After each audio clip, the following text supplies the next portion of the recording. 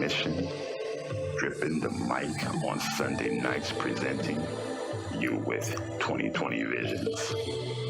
So join us this day and every Sunday night with Ameerah, the Songstress, and on Blog Talk Radio, a for sure way to start your week off right.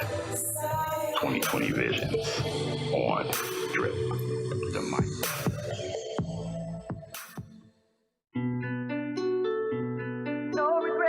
Hey, it's Ameerah, the Songstress.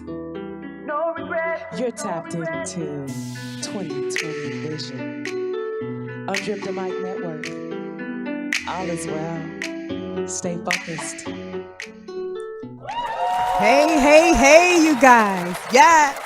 We made it back in here another Sunday. I'm so excited. See the smile on my face?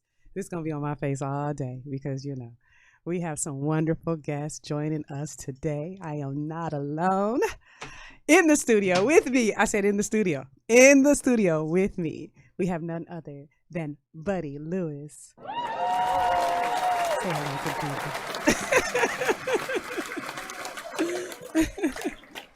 Delightful. Thank you for being here. Hey, I'm glad to be here. Y'all had snacks. Yes, you know, made to order, you know. Yeah, that's right. And on Zoom joining us, we have Doug Williams. Whoa. How's it going? You know, first, let me say that I wanted to be there, but with this whole COVID situation and when you're married, it's almost like you're cheating on your wife every time you go out because she wants to know where you've been, who you've been around, what happened. Tell me who you saw. So to avoid that type of stuff, I had to stay here and do it from here. But I'm there in spirit.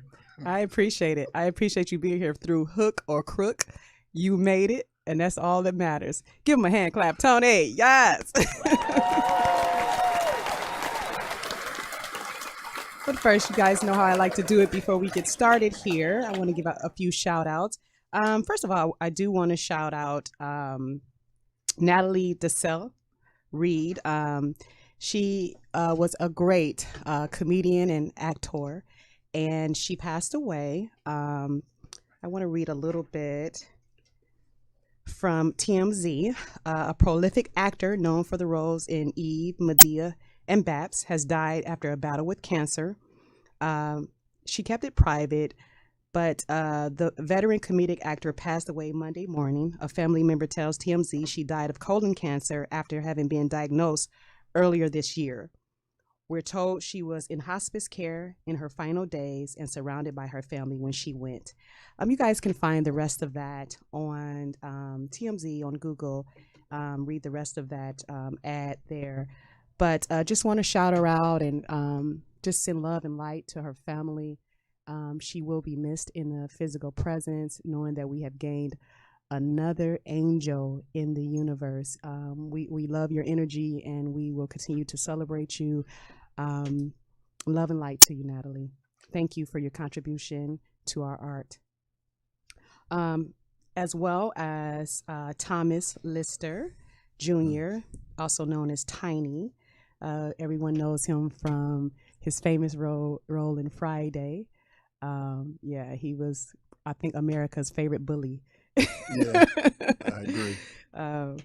And this one was on, I got this one from CNN, this ad. So it's actor and wrestler Thomas Lister Jr., also known as Tiny, was found dead in his home Thursday after experiencing COVID-19 symptoms, his manager told CNN.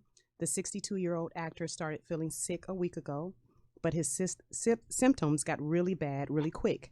Manager Cindy Cohen said he couldn't breathe and felt very weak, she said. It literally went so fast, Cohen added.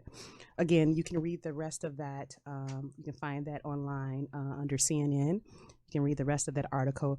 Just want to shout out his family as well, send love and light to him, and also thank him for the contribution to art, to us. We laughed with you. We had a good time with you. You scared us, but it was so thrilling. We were able to laugh and be afraid at the same time. So I want to send love and light to you. I don't want to pass this without inviting you guys to say anything if you wanted to say anything. Oh yeah, I met Tiny back in the day. He used to come to the Comedy Act Theater, and he and Robin Harris used to get into it. Like for real, for real. Oh man, they used to they would go back and forth, and it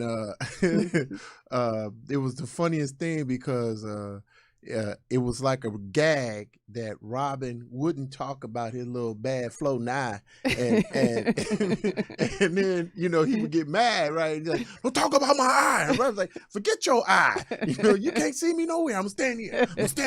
And he would him and Robin used to go at it, but it was all in fun. Yeah. Because he poke fun and with Tiny, and Tiny would come on stage and was like, I'm sick of you, Robin Harris. And he's like, what, you can't see me no way. Oh man, they used to get at it, and it was the greatest, man. But and Tiny was although he played bullies and tough guys, and man, he was one of the nicest, most humble dude when you were around him, and we even went to church together. He and I knew he knew the Lord, so he was a good dude, and he will be missed. He and Natalie will be missed. Yes. I never got to work with Natalie too much, but Tiny and I had our run-ins in and out of the the Hollywood scene. Yeah, and he was a real good dude. Yeah, real good dude. Quick story about Tiny. 2 quick stories about Tiny. Okay. First of all, Buddy will remember this more than I, because as he said, he talked about Robin Harris. Well, I came through the Comedy Act. I consider myself the last graduating class of the Comedy Act before it shut down. But Tiny used to come in and sit there, and if the comedian wasn't funny, he would give the comedian a certain amount of time to be funny. Mm-hmm. And if they weren't funny, he would rush the stage, take the microphone from some of the guys. He almost like ran over like a freight train. Take the microphone from them, put it back on the stand, and wait for the next comic. And he got so good, but he could attest to this, that the crowds would be hoping the guy wouldn't be bad. Yeah, so Tiny could usher him off. That was like the modern day. What was that? Sandman, but Sandman. He was Debo Man. That's my first story. Okay. Second story is last year my wife and I did a television festival. Okay. And Tiny was at the festival. And I remember I left my wife alone for a certain amount of time. And Tiny came and they were talking and kept her company. When I came back, he did the whole bully thing. Like, how you gonna leave your wife here like that? You gonna leave her out here? And I didn't know he was, I thought he was serious. I'm like, man, I just went over, I had to go, she knew I was. Well, you take your wife with you if you do that. You don't leave your wife. And then he just broke out and said, man, I'm just playing, man. Don't be leaving your wife. And I was like, yeah, okay, man. But the irony to that story is that we just did that television festival again last week, and Tiny was supposed to be on the panel. Okay. And we were all doing it Zoom. Now, he was dealing with COVID, and he didn't know how bad the COVID was. So last Friday, he was still going to come on the computer and do the Zoom, but he had to go. He wasn't computer savvy. He had to go to his manager's home to work on computer. So when they found out he had COVID, they were like, nah, just stay there, this and that. And, they announced that he was supposed to be there. And then all of a sudden we heard we had passed. So just a funny way things worked out. That same festival that he did that with my wife, he was supposed to do a Zoom, had COVID, couldn't go over to his managers and do it. And then they found him dead in his sleep. Oh my God. So, but we feel his energy. We feel their energy permeating through the universe. Absolutely. We haven't lost, but we've gained more love and light into the universe, I like to think. For sure. So let's move on. I want to show a couple of TikTok videos. Y'all know how I do it. We're going to show a couple of TikTok videos. Let's get to, we want to shout Anthony out for this one. Yeah, run that for me, Tony. Hey, you want some head? I gotta go to work. I can't fuck up no more. You sure?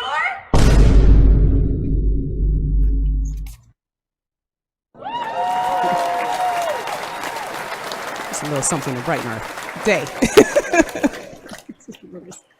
you just trying to go to work. That's all you trying to do. Wow. Now this is a first. We got What? 2 comedians, and Wow. you guys both are speechless. Wow. Yeah. Yeah, Huh? because he's the police. And what, you expect him to not? Yeah, I mean, you know, first of all, if you just offering up random head, I mean, what I'm mad at is why this situation never happens to me. Really? You know, I mean, he could probably get it just, you know, hey, you can get out this ticket with some random head. You know, you can, you know, hey, you can get out of this jaywalking ticket. You can get this speeding ticket pass, or, you know, if you have some random head available. But just to shout him out? Yeah. Wow. Man, sometimes, yeah. And it might be a good woman. He might have a good woman. Like, Well, listen, if you turning down random head, you better have a good woman. Arbitrary and random head on the street. I'm just saying. Doug, does that happen to you? You know what? I second that. You know, that video reads deeper than what you're seeing on the surface. I think that's the answer to police brutality. come on. All Talk about it. police officers need more head, because, you know, when that happens, you don't want to go choke somebody, put your foot on their neck. You just want to relax. So, ladies, it's on you. You're married to a police officer, boyfriend's police officer. You know what you got to do. Hey, don't leave them outside pieces. This is part of your job too. Inmates, prisoners. This is you can help us out. Listen, hey, Doug. You know what? I played a cop one time on this TV show. It was called. I was with Rob Schneider. It was Ravishing Rob or something, right? And I had to play a cop. They had the full regalia, you know, the belt, the gun, the stick, the bullet. I mean, it was the heavy ass belt. And I realize now why cops are pissed off when they got to get out their car.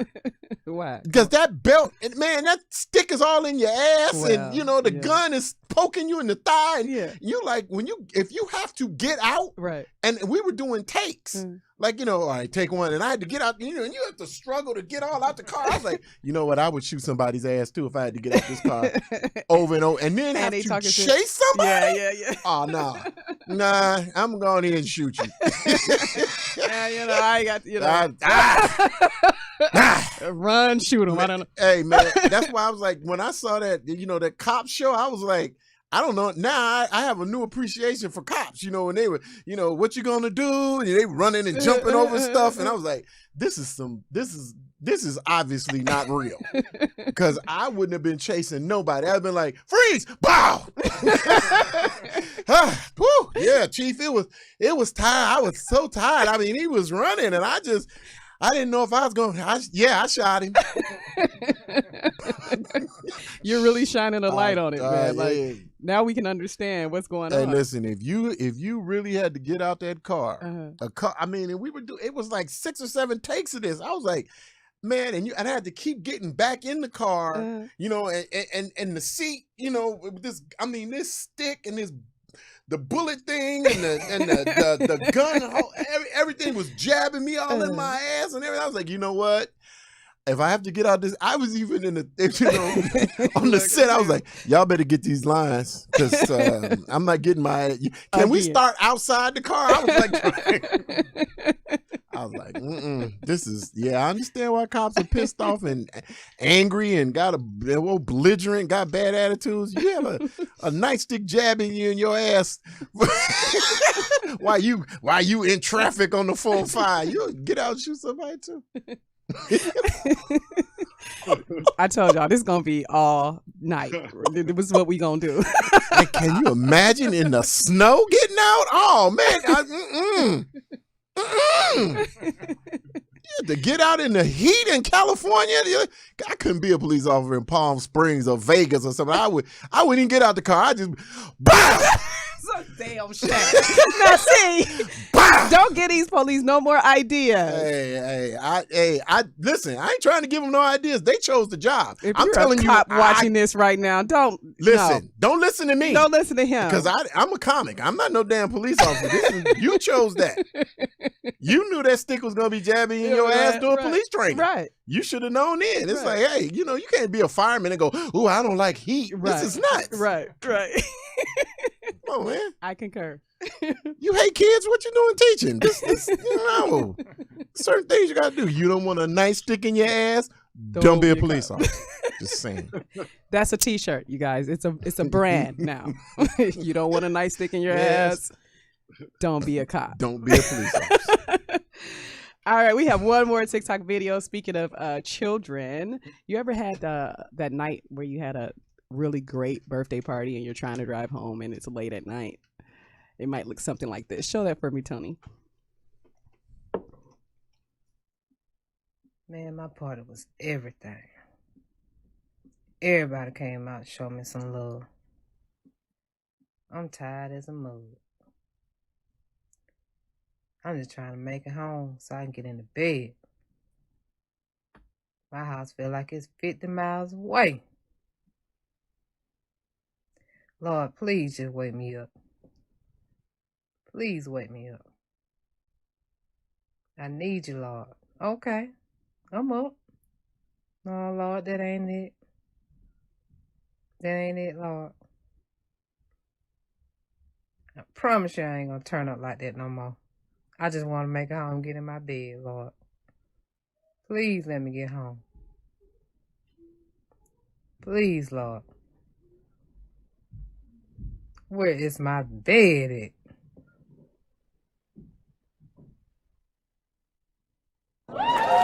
That little baby. It was a good illustration, but why they do that baby like that? What in the Hennessy and Similac was that? Tennessee. That baby was. I mean, what CBD titty was he sucking on? He got some infused baby. Yeah, he got some infused titty milk. CBD. He got a CBD titty, and he was. I mean, that's and that's a thing too. Look, Doug. That baby was straight drunk, wasn't he? Driving. He driving. Hey, he had the baby wobble head. Did you see it?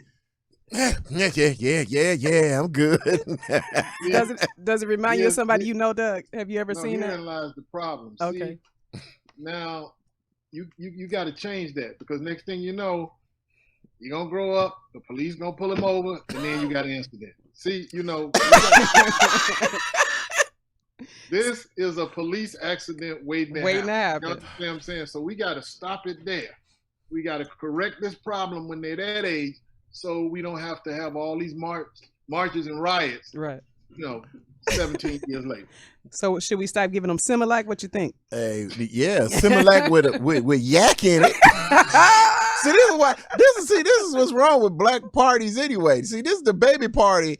See, this way, have you ever been to a baby party and they got alcohol? You're like, what the heck? Why is everybody drunk playing spades at the baby's 2-year-old baby party? Obviously, the aunties and somebody uncle, Uncle Peter came by with that big ass bottle of with the handle on it of vodka or something. The Crown Royal in that big. He brought Crown Royal in a trash bag. It's a purple trash bag. Everybody high, including the baby. This is why you can't be smoking weed around your kids, people. This is a prime example. That baby right there. That baby right there is a prime example why you can't smoke weed and edibles. That baby got into some edibles. He thought he was eating some gummy bears. Next thing you know, he had now he can't drive his own little toy car. This baby is buck wild. Baby's going buck wild. Baby's going buck wild. What in the Oh my God. What in the Gerber baby food mixed with with CBD oil is this? What kind of? Oh my God. Mm-mm. You guys. All right. First, you need to find them parents. Who the hell Well, I was gonna put shout this out baby in the car when they know he drunk? He punch drunk. Yo Latrice. What's her full name? Yeah, her handle is Yo Latrice. Shout out to you. Yo. I'm calling the authorities. I'm calling the authorities on your ass. Got this baby driving while he drunk. Baby go get a DUI in the house. They was moving stuff out the way for him. That's awful.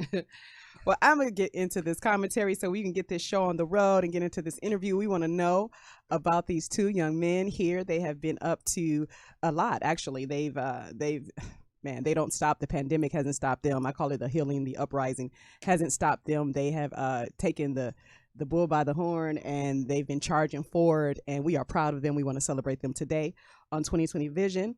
I named this one, That's Hilarious. Homage to the stars. The definition of a star: a fixed luminous point in the night, a large incandescent body like the sun, or a famous, incredibly talented performer. Either way, it's all relative. As I continue to use this platform to celebrate the arts, I'm starting to realize that the stars are aligned. My guests today, Buddy Lewis and Doug Williams, they are here to talk to us today about their new show, Leon's Lounge.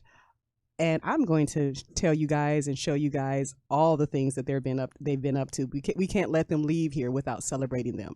I want you guys to give a 2020 Vision warm welcome to Buddy Lewis and Doug Williams. Yay!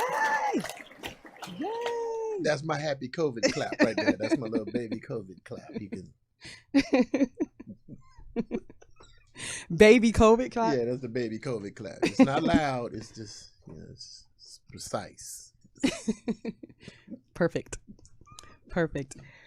Well, we have people watching us on Facebook. Do they have my Cash App? That's what I want to know. Yeah, because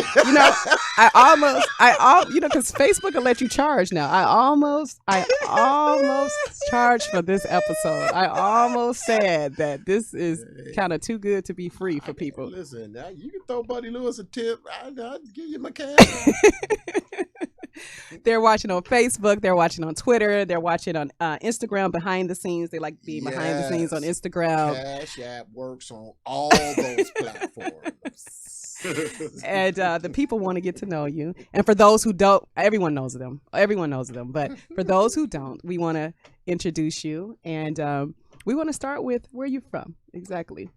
My mama house, as we used to say. No, I'm actually from Gary, Indiana. Yes. I grew up in Gary, Indiana. I was born in St. Louis, the Show Me State. Okay. But grew up in Gary, Indiana, and went to West Side High School. Okay. That's where I graduated from. Started out at Roosevelt. See, I have this pattern. I start out places and finish other places. That's good though. That's good. Left there, went to Howard University on a swimming scholarship, and now I've been out here since 1989. That was my next question. Okay, Me I'm too. sorry. 1989. 1989. That's when you came out to Hollywood. Yeah. Okay. Pursue my dream. What about you, Doug? Where are you originally from? Originally from Montgomery, Alabama. Born and raised in Montgomery, Alabama, the cradle of the civil rights movement. Came out here in I think 95. 95. Yeah, moved out here in 95. So from the South, Southern bred, and just with culture shock coming out here from cow pastures and cotton fields. It's down here, man, and trying to hey, now you see where all that good cotton went. It's down there on Rodeo Drive. Come on. They charging $5,000 for a T-shirt. For that cotton. For that cotton. Hilarious, yeah. So the culture shock, was it because of like LA being more of a melting pot, or was there were you still dealing with a little bit of segregation in the South? No, the funny thing about it is that I actually liked it out here a lot better because, you know, in the South, is at least at the time when I left, it was black and white. Mm-hmm. So, you know, you could focus on black. I mean, white people could focus on hating black people. Here, it's too many people to just focus on black people. You spend too much time on us, the Mexicans get ahead. So Just spread that hate around. You gotta spread the hate around here. You can't. Hey, we can't hate too Can't much just on them. too They'll much. get ahead. Can't focus. That's hilarious. When I as I was digging through both of you guys' history, I found that you guys have done a lot together. Mm-hmm. The Martin Lawrence, Showtime, First Amendment. That That was Doug's show. You know, people don't give him credit. We gonna the give you credit credit he today. deserves. We giving you credit here today. Yeah, he no, was the host for how many seasons y'all do? Like 3? We did 6. Six. Yeah, I know. I mean, he hosted a few seasons, and Doug was phenomenal on that show, man. And you had some very, very talented people. I got to do the show, I think the 3rd or 4th year, and I was honored and privileged to have been on the same show with the immortal Dick Gregory. That was one of like the last. That's one of like the last shows, performance shows he had done. Yeah.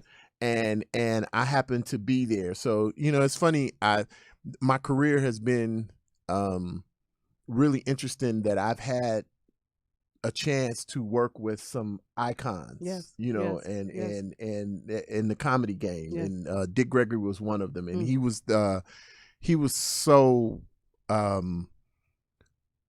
just kind of awe-inspiring to sit backstage with him and just talk and let him just fill you up with knowledge, you know, and with not only Black history knowledge and political his political savvy, but just comedy. He would talk comedy with you. And so it was amazing. It was amazing. It was one of those great experiences that I always remember. Yes.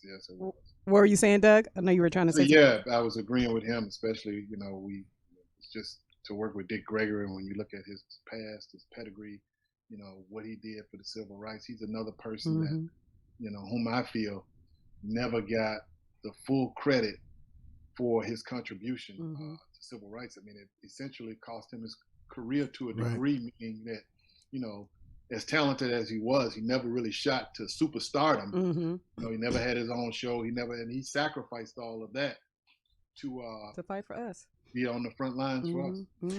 And no disrespect to no disrespect to Martin Lawrence, who was the EP. I tell you, my career is so funny. I met Martin back when I was as I got out of Howard University. I started doing stand up in DC. Okay. And Martin and I used to work at this club on K Street. It was the comedy club on K Street. And Martin probably won't remember this, but I actually I saved Martin from a trip to the Pokey one night.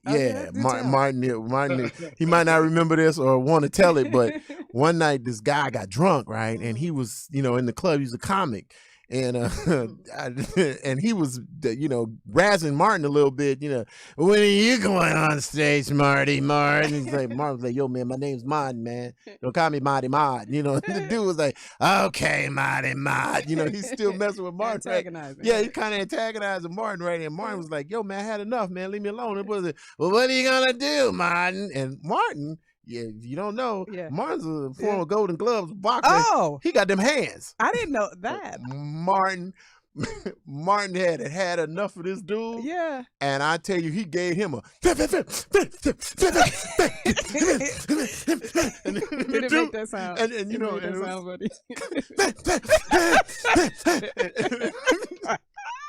and I'm gonna tell you the funniest thing was, I don't know if you've ever had a fight with like a real drunk white guy. They all start asking questions when they're getting their ass kicked. What are you doing? Why is this happening? Hey, Why, man? Why? Martin, and he never dropped his drink. Oh, shit. Hey, man, what are you doing? Martin put them hands to him and knocked him out. Like he was like talking and getting knocked out at the same time. Was the funniest thing I'd ever seen. Because you see drunk people, they fall in there. What are you doing? And Martin, and he's like, oh, wait a minute, you can't do this to me. And I'm like, Martin, man, come on, man, you got to go. Yeah, right. You got to go, because the fat doctor was about to call Martin up on stage. I was like, yo, man, you better get out of here, man. Because I'm like, I'm from Howard, bro, and I'm telling you, police come, they're gonna take you, Martin. Just go, man. Right. I'll tell him that he started it. And, Right.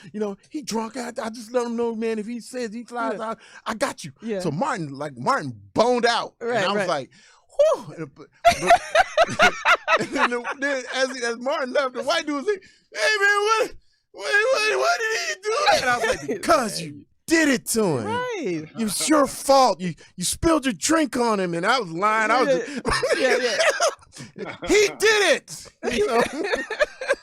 And he was walking around talking about, Martin pushed me, and man, and it's funny because you remember the Tommy Hearns episode when Martin's head got big? Yeah. This dude's head, it kind of swole up. So let's just say Martin had a little inspiration. Martin had inspiration. Man, I'm telling you, Martin punched that dude all in his head. It was the funniest thing I'd ever seen. Hey, man, why? He never spilled his drink. Never. Didn't spill his drink. Now, see, that's somebody that's really dedicated to drinking. That's true. So, Doug, how did you and Buddy Lewis meet? Just out on the battlefield. Battlefield. Comedy. I know. When I say battlefield, I mean out here trying to make it in Hollywood. Okay. Trying to make something that happen in Hollywood. But, I can understand that. Excuse me. Yeah, Buddy has always been somebody I've always admired.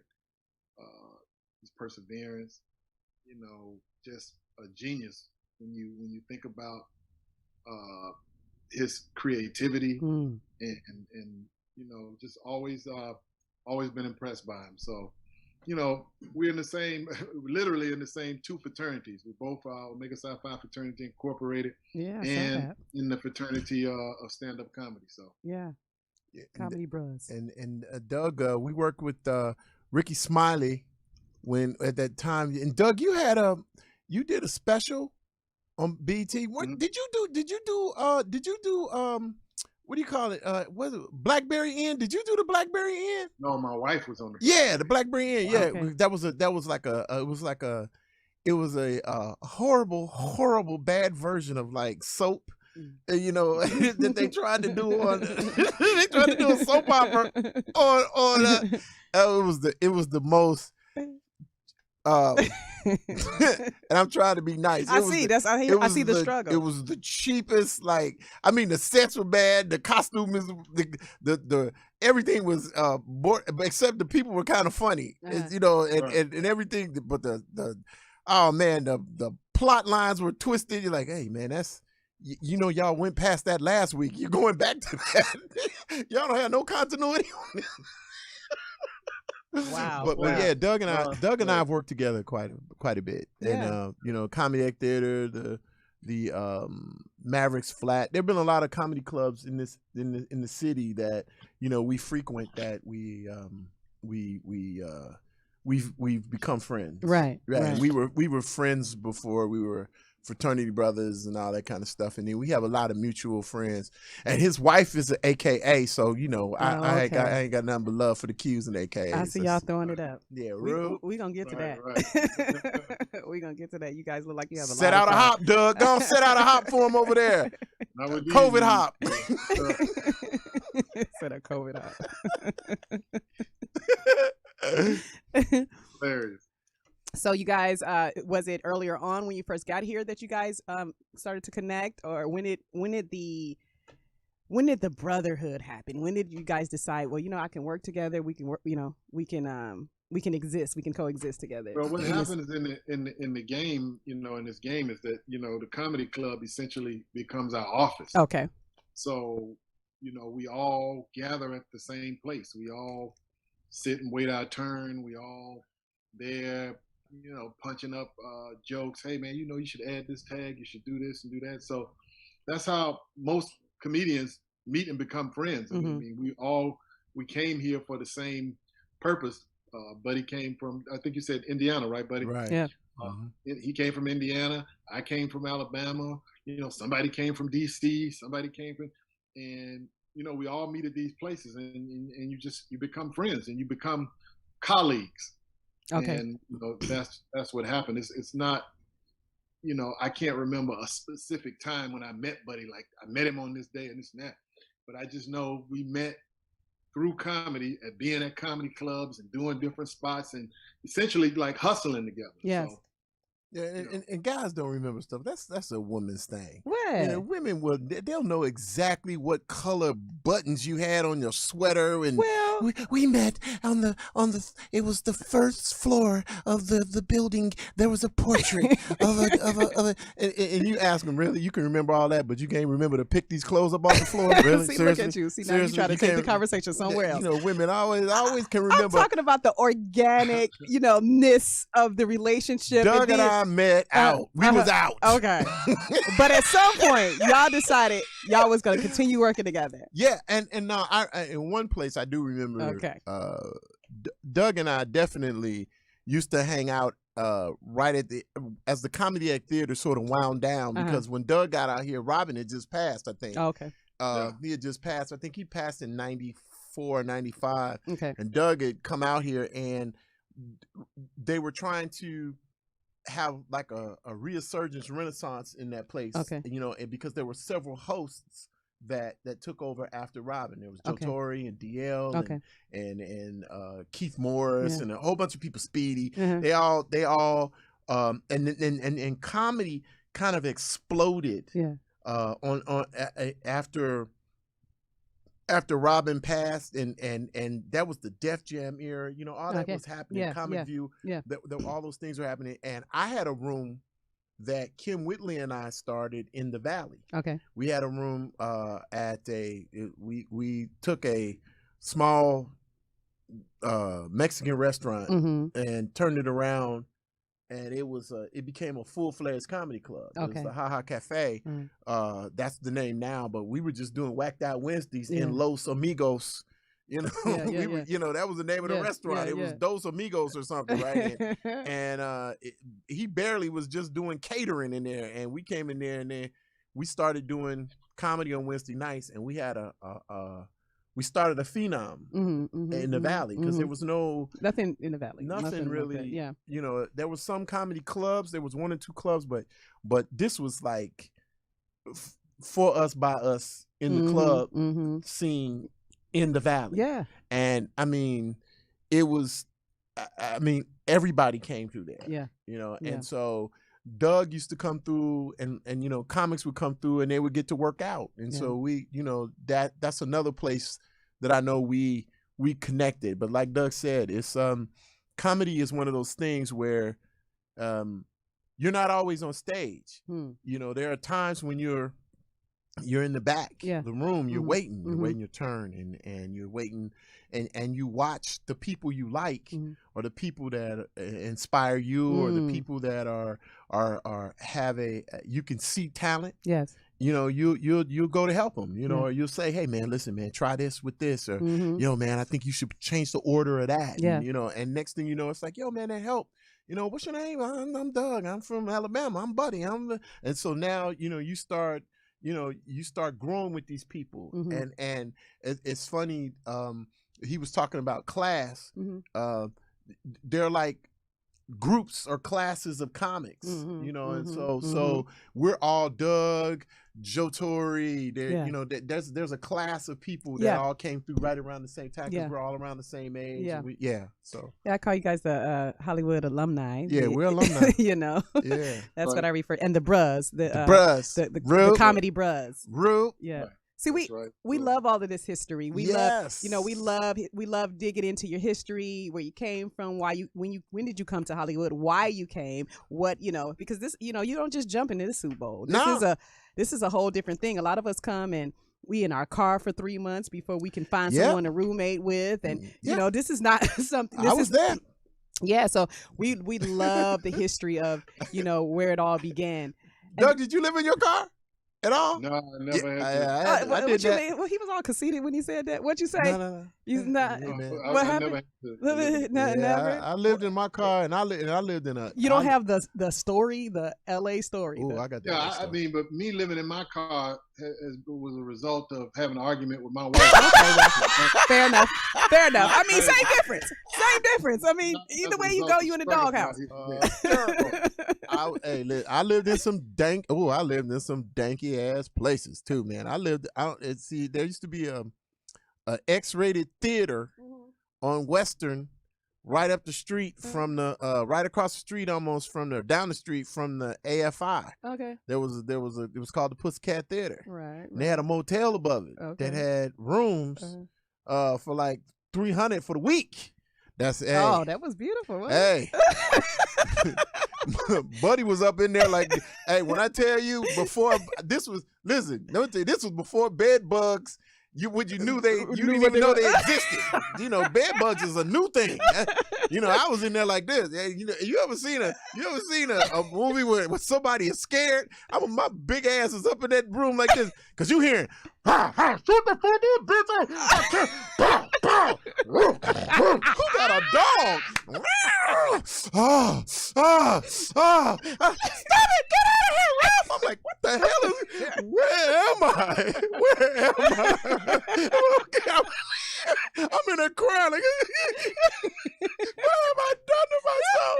Oh Lord, help me! Man, You was from Little Gary, Indiana. Man, shoot. When I tell you everything, I heard everything. and I didn't want to leave nothing in my place, so you couldn't like take nothing out. Because the door was flimsy. Seriously, dude. I mean, the maid could have kicked the door open. I hear her, you want the house? Why you kick my door in, lady? You could have just knocked. Listen, down. yeah, but man, that door, when I tell you, I've seen better attached doors, pre-attached doors at Home Depot than that door was. They're supposed to protect my stuff. Man, and you could only stay there a week. So you had to move out. Like you had 6 days. Yeah. You could stay like 6-7 days, then you had to move out for 2 and then come back. So, them 2 days, sometimes you were like this. I don't know where this is going to be a car night. So with that being said, you guys coming to Hollywood and pursuing your career, I think about comedians and I think about what is the ultimate goal for a comedian, because you think about, the stage shows, the big stage, you think about Eddie Murphy Raw, you think about the big, the big stage show. Please don't use Eddie Murphy. He is such the feat because, people, you can't compare, so that's not the goal? Yes, that was at the time. Okay. But, Kevin Hart, Eddie Murphy, they are anomalies. Right. You know what I mean? Yeah. It's like they're that's like, okay, you know what? I want to be Michael Jordan. Yeah, okay. Everybody can't be Michael Jordan. Right. Everybody can't be Kobe. But they can play on the Bulls. Yeah, you can play on the team. Right. But but I say that with all due respect. Yes. And I mean, to compare, if you tried to compare your career in this business to Michael Jordan, I mean, to Eddie Murphy or Kevin Hart, yes, you're going to be disappointed. Okay. You're going to be disappointed because there's no real way that you can reach that apex and then go, I'm successful. See, so you have to be careful when you're comparing careers. Okay. And I'll use a basketball analogy. People don't realize Robert Horry, he got 6 rings. Okay. Now, people might not know who he is. He might not have no basketball shoe, but he got 6. He can do like this. I got 6 rings. So, Yeah. how do you find success for yourself? What is success for you as opposed to comparing yourself to the anomalies? Right. Yeah. Yeah. You know, and you have to find some way not to do that, because if you do, it'll drive you crazy. I feel like reach for the moon, and if you feel at least you're amongst the stars. I agree. Like we talked about at the beginning in the commentary, you know, Well, how do you define a star? Yeah, and sometimes you reach for them damn stars, you be like, you be up in a room like this with But look at you now. Look at you guys now. Come on now. Come on. I just say be careful. Just be careful with the comparisons. Yes. Because success is measured. You can't measure success just by you know how many movies or TV shows and how much money you have. Okay. Because if you do that, like I said, you're always going to feel slighted, or that it's never enough. Yes. Even when you could be doing some amazing things. Yeah. You could have. I mean, people would trade in a heartbeat for what the amount of opportunity and whatever that you've had. Yes. If you say to yourself, I'm no good because I'm not them. That's a mindset. Yeah. That's a mind screw that'll drive you crazy. Yeah.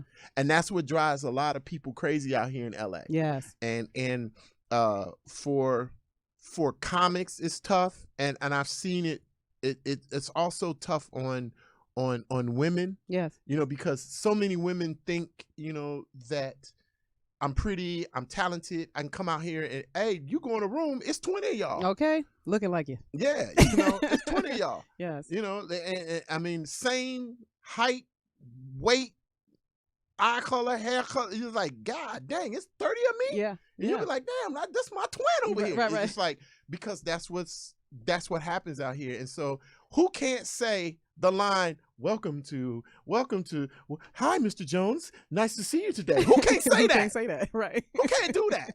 Right. That's acting. You know, you got 5 lines on a piece of paper. Who Who was the best? Right. So now you go home with that. You know, you done that for the 25th time this month. But it sounds like you know that's gonna be in my head all the time. What's wrong with me? Ain't shit wrong with you. That right there is gonna be in my head. Talented as hell. You know, but what it sounds like you guys got into the business of the entertainment industry. It sounds like you guys started to develop a business mind, another way to do it instead of just, you know, playing on the circuit. It sounds like you guys decided to, hey, let's start writing. Let's start doing something that puts us in the business. So that's why I asked, what's the goal when you first come out? What would be the goal as a comedian? It sounds like you guys took what you had and you assessed it. You came out, you saw what was going on. I think that's. I'm sorry, Doug. I'm running my mouth, man. Excuse me. No, go ahead, man. I'm enjoying it. I think one of the most interesting things about comedy is it provides opportunities to do other things. Yes. So as a comic, you can sometimes get opportunities to act, to do stand-up, to do voiceovers, you have a lot of different avenues where you can direct your energy and create opportunities for yourself. Yes. You have to learn how to circumvent the business of this thing, because Doug and I can both tell you how many times where misunderstanding or not being up on the business will put you in a situation where you're like, okay, I missed it. I screwed up. I did something wrong, and it's not that. It's just you got to understand the that. business. You got to understand the business. That's right. Because we've both had business opportunities that went sour. You know, because we weren't up on the business. Lack of understanding. Yeah. Right. And Doug, when did that light go on for you? There had to be a point in your life where you hit a groove where you were just able to kind of sell and ride it. And it sounds like it would have been an understanding, like a light went on for you as it regards the business of the entertainment industry. When would you say that happened for you? I think when we put the show together for Stars. The Okay. Martin Lawrence Presents the First Amendment Yes. stand-up show. That was a 5-year run that um, with some other people. I don't want to take all the credit Yes. for it, but I put together a team and we went out and we raised the money for it and we got it on the air, and we call it in the business from cradle to the grave. Mm. So we saw that show from its inception all the way to its last season. So during that time, I learned a lot, and like Buddy said, a lot of the stuff for us in this industry, you learn it on the fly. We're not born into a family that has been doing this, or at least I wasn't. Yeah. Born into a family who has a history with this, and like I said, we all kind of migrated out here to get involved with this. So, you learn as you go. It's kind of like with stand-up. Nobody taught us how to do it. We just got on stage and we, took the bumps and the bruises as they came, and we made adjustments. So, yeah, I think with that show though, because I had to wear so many hats during that show. I was the creator, I was the producer, I was the host. So I think that was a coming of age. You had to book comics. You had to do a whole bunch of stuff because you got to call friends and you got to call out things. But going back to your question, the original question was about success. Yes, the goal.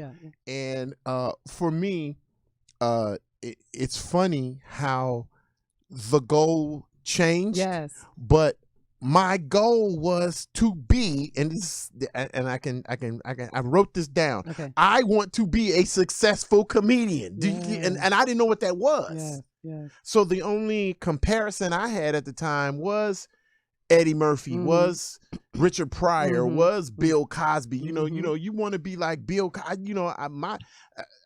I mean, aside from the issues that he had, Bill Cosby had the kind of career that you want to emulate in a sense that he had shows and comedy going for almost 50 years. Wow.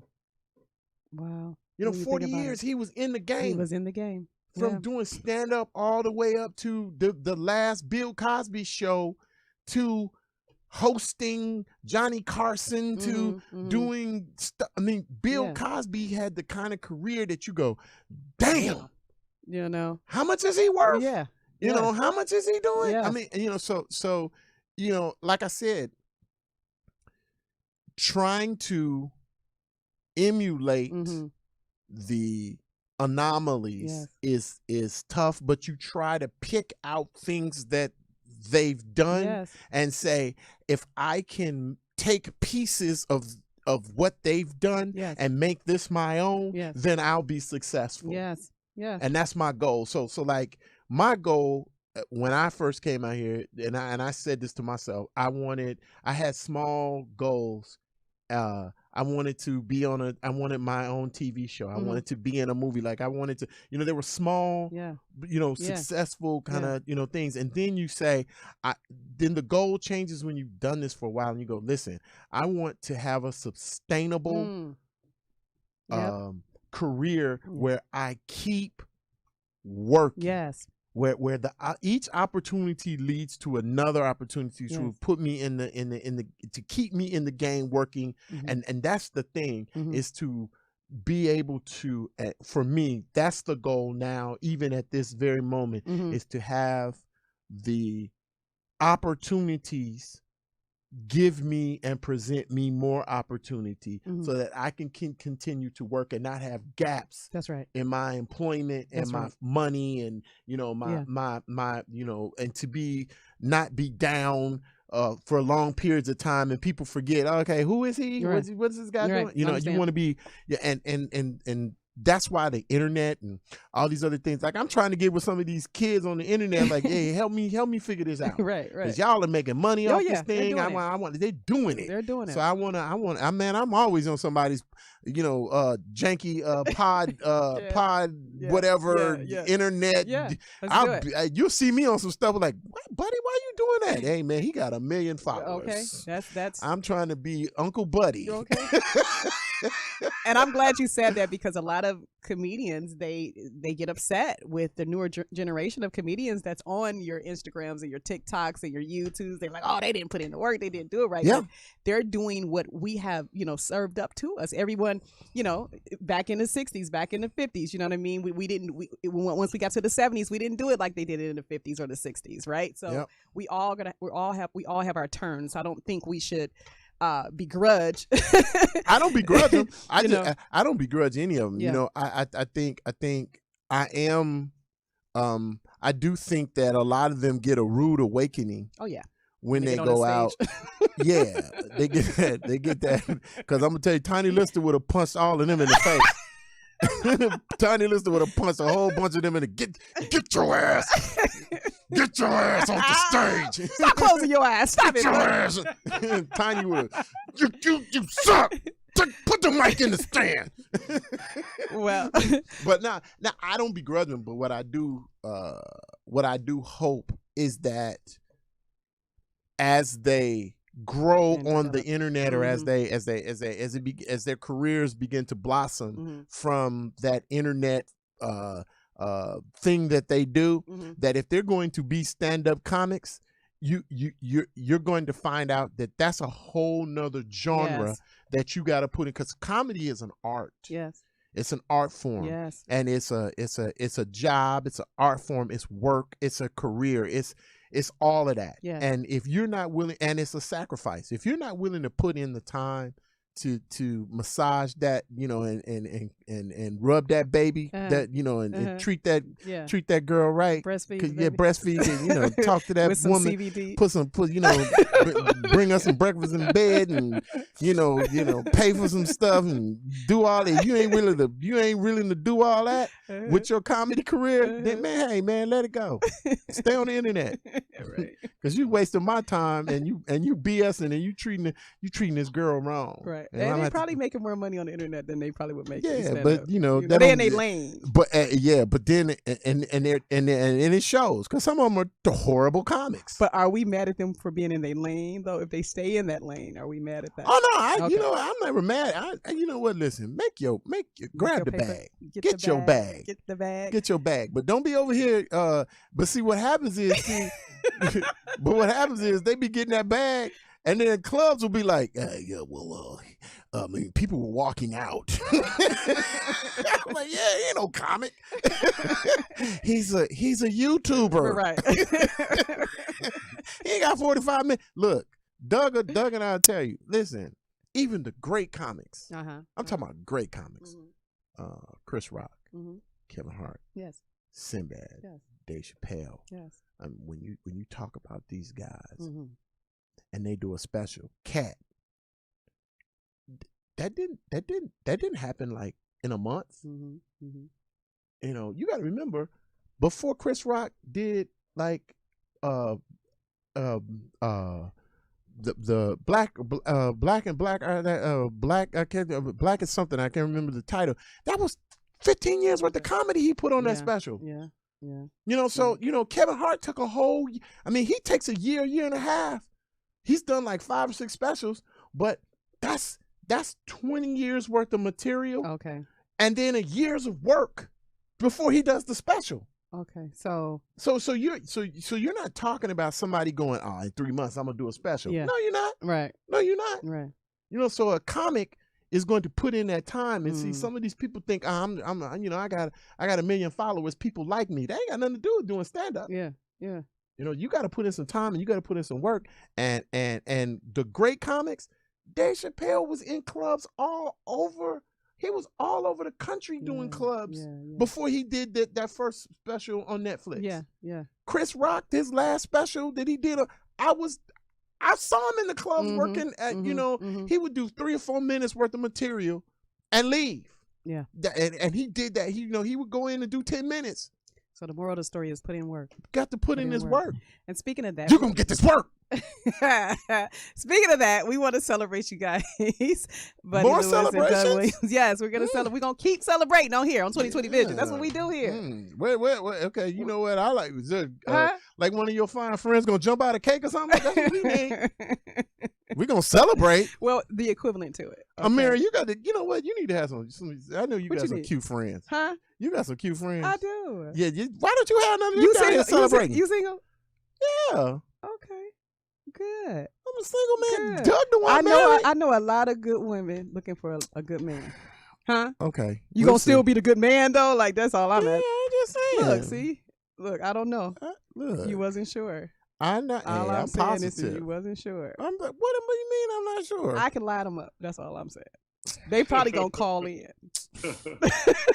You sure? Yeah, okay. You ready to be a good man, or you just want what you want? Look, Some celebration or a good listen, man? You had the right friends. Okay. 'Cause don't be having the ones that's single for a reason.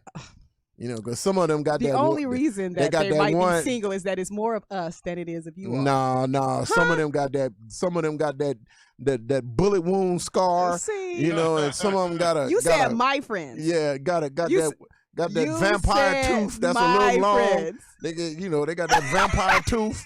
Why you talking about them? See, that's why you single. See, you talking about them. No, I'm just saying if you're gonna introduce a friend, It's gonna be quality. okay. That's all I'm saying. You asked me. I'm Ameerah. Okay. I'm just saying. I'm just saying. I'm just saying. I'm just you know, saying. because sometimes you know how it is. You can't do it I'm no not more. gonna hate on You okay. I'm not gonna hate on you. I know what you're trying to say. You know what I'm not trying to gonna say. hate on you. Okay, don't be. Creme de la creme. I want you to meet my friend Precious. See, you be like, you better be quiet. what? Now you gonna get in You meet trouble. my friend You gonna get in Precious? I'll trouble. be like, You gonna get in wow. trouble. You better stop. Ooh, she thick. You better stop. Wow, look at her. This Go, was girl. just on it. Look Okay, at you know you. what? Without further ado, let's your thing, we like girl. to show an homage to the comedians that we love here. You and we want me wanna to show feed that, you? And we want to Wow. show that for you here on 2020 Vision. Buffet? What? Mastro's don't have no buffet, girl. What? Come get your friend.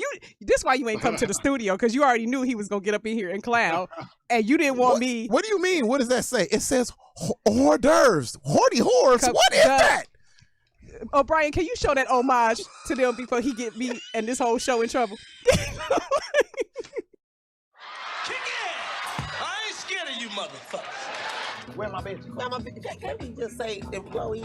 Oh, girl, I'll be in trouble if I left you now. I was getting some head.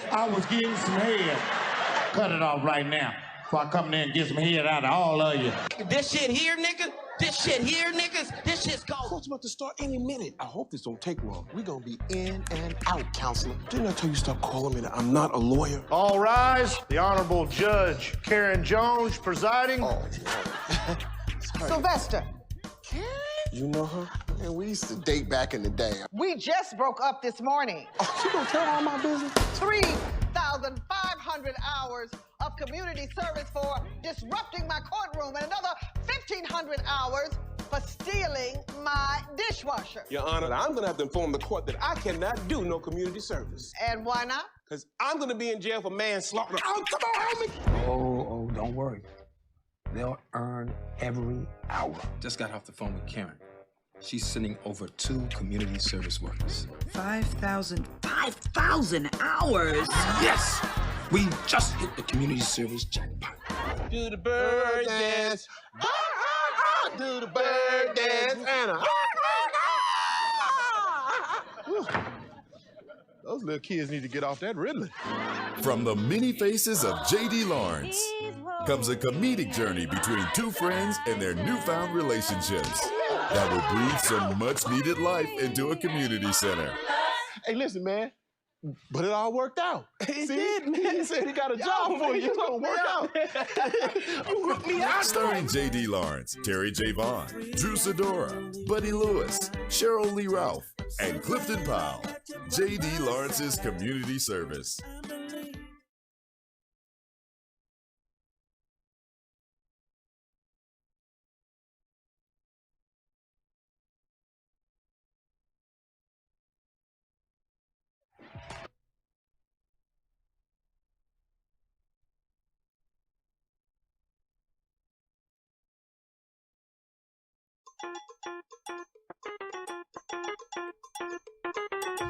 Ride for your man. That's all I'm saying.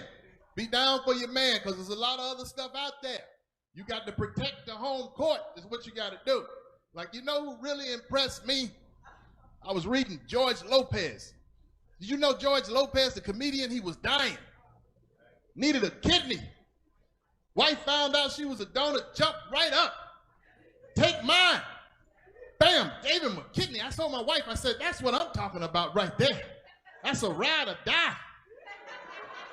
That's the true definition of a ride or die. Now let's be honest. Let's be honest, ladies. Right now, with the man that you with right now, if you knew he was dying on his last leg and he needed your kidney to survive, how many of you, by a show of hands, would give him your kidney tomorrow? How many of y'all?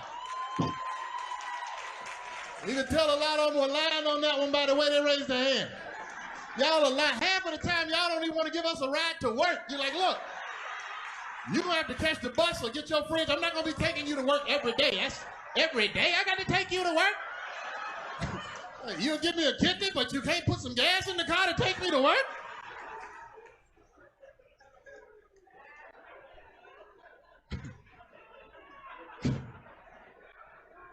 And I don't know, fellas, I'm going to be honest with you.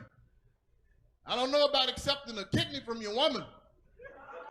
It'd be a blessing and a curse at the same time. Be a blessing because it saved your life. But if anything go down, you will never hear the end of it. You will never be able to live it down. Oh! So you thinking about leaving? Well, I tell you what, you can go, but set that kidney on the table. Give me that kidney, set that kidney on the table. You can leave, but I'm gonna need you to set that kidney on the table, player. I'll holler at you later, leave that kidney on the table. You will never hear the end of it. Oh! So you gonna sleep with another woman with my kidney?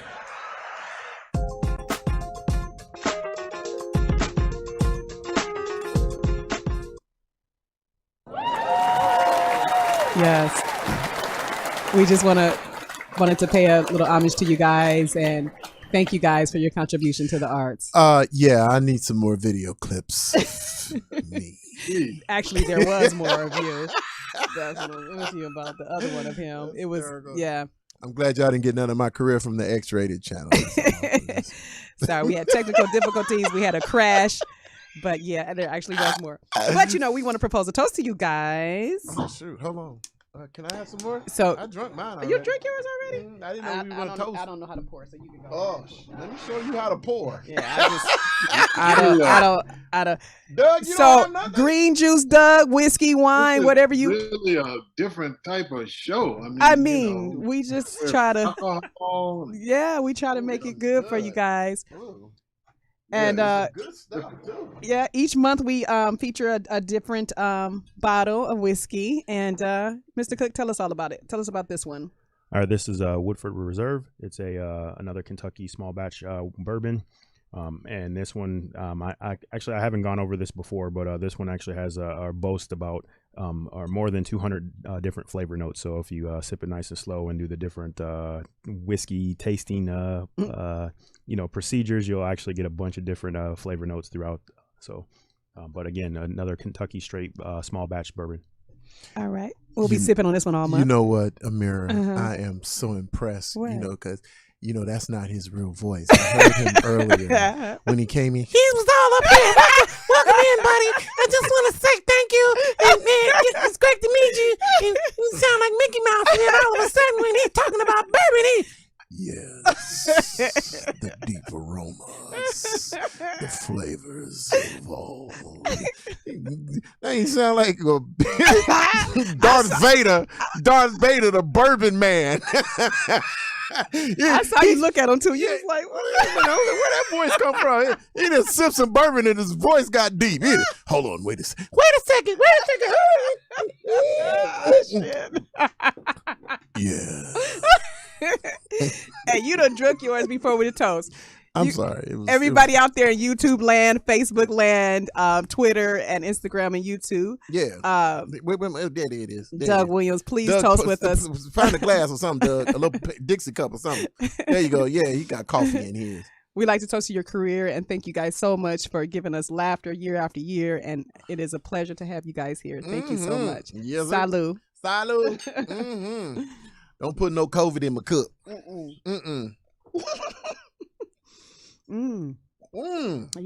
Yeah. So did you take did you take your first one like a shot? What was that? Because I turned my head for 1 second. Huh? It's free alcohol. I'm gonna might get another shot. Well, guys, we have some chatters, right? Oh, chatters. Chatters. What are they saying? What are the chatters They're saying? they're watching on YouTube, they're watching on Twitter, they're watching on Instagram. Are they? And they are sometimes they like to chime in with us. So on Facebook we had Willie Brown. He said awesome. With that puppet. Yeah. Is it Willie with the puppet? With the puppet, yep. Willie Tyler. What was that dang puppet's name? What was Willie Brown's puppet's name? Woody? Woody. Yes. What up, Willie Brown? Woody. Shout out to you and Woody, baby. Yeah. Always got your hand up a puppet's ass.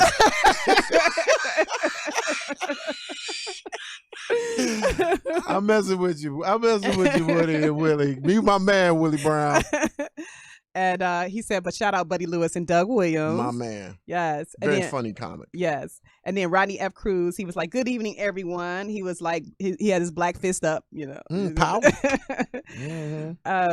But without further ado, we are here to talk about their new TV series, Leon's Lounge. We want to show you guys a quick trailer from that, and then we're going to get into this thing. How about that? Let's do it. Good? Doug, finally, what we here to talk about.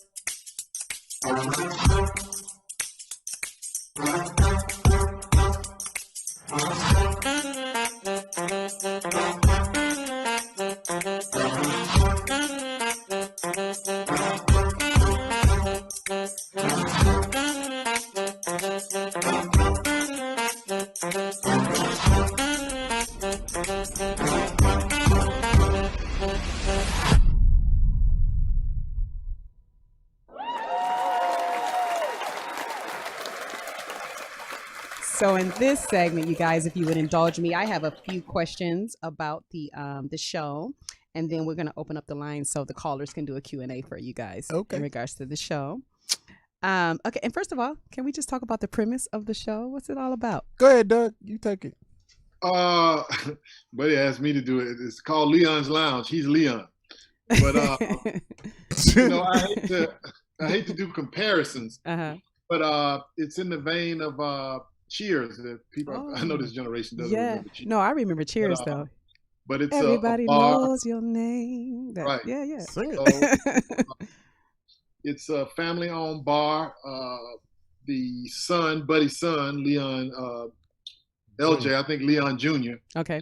Went off and had a really big-time music career. Okay. Like that of I guess. You could say Chris Brown. And he put out an album that flopped and didn't do so well. And he has really come home to retool, to take some time off, to find himself again and try to get his creative juices going.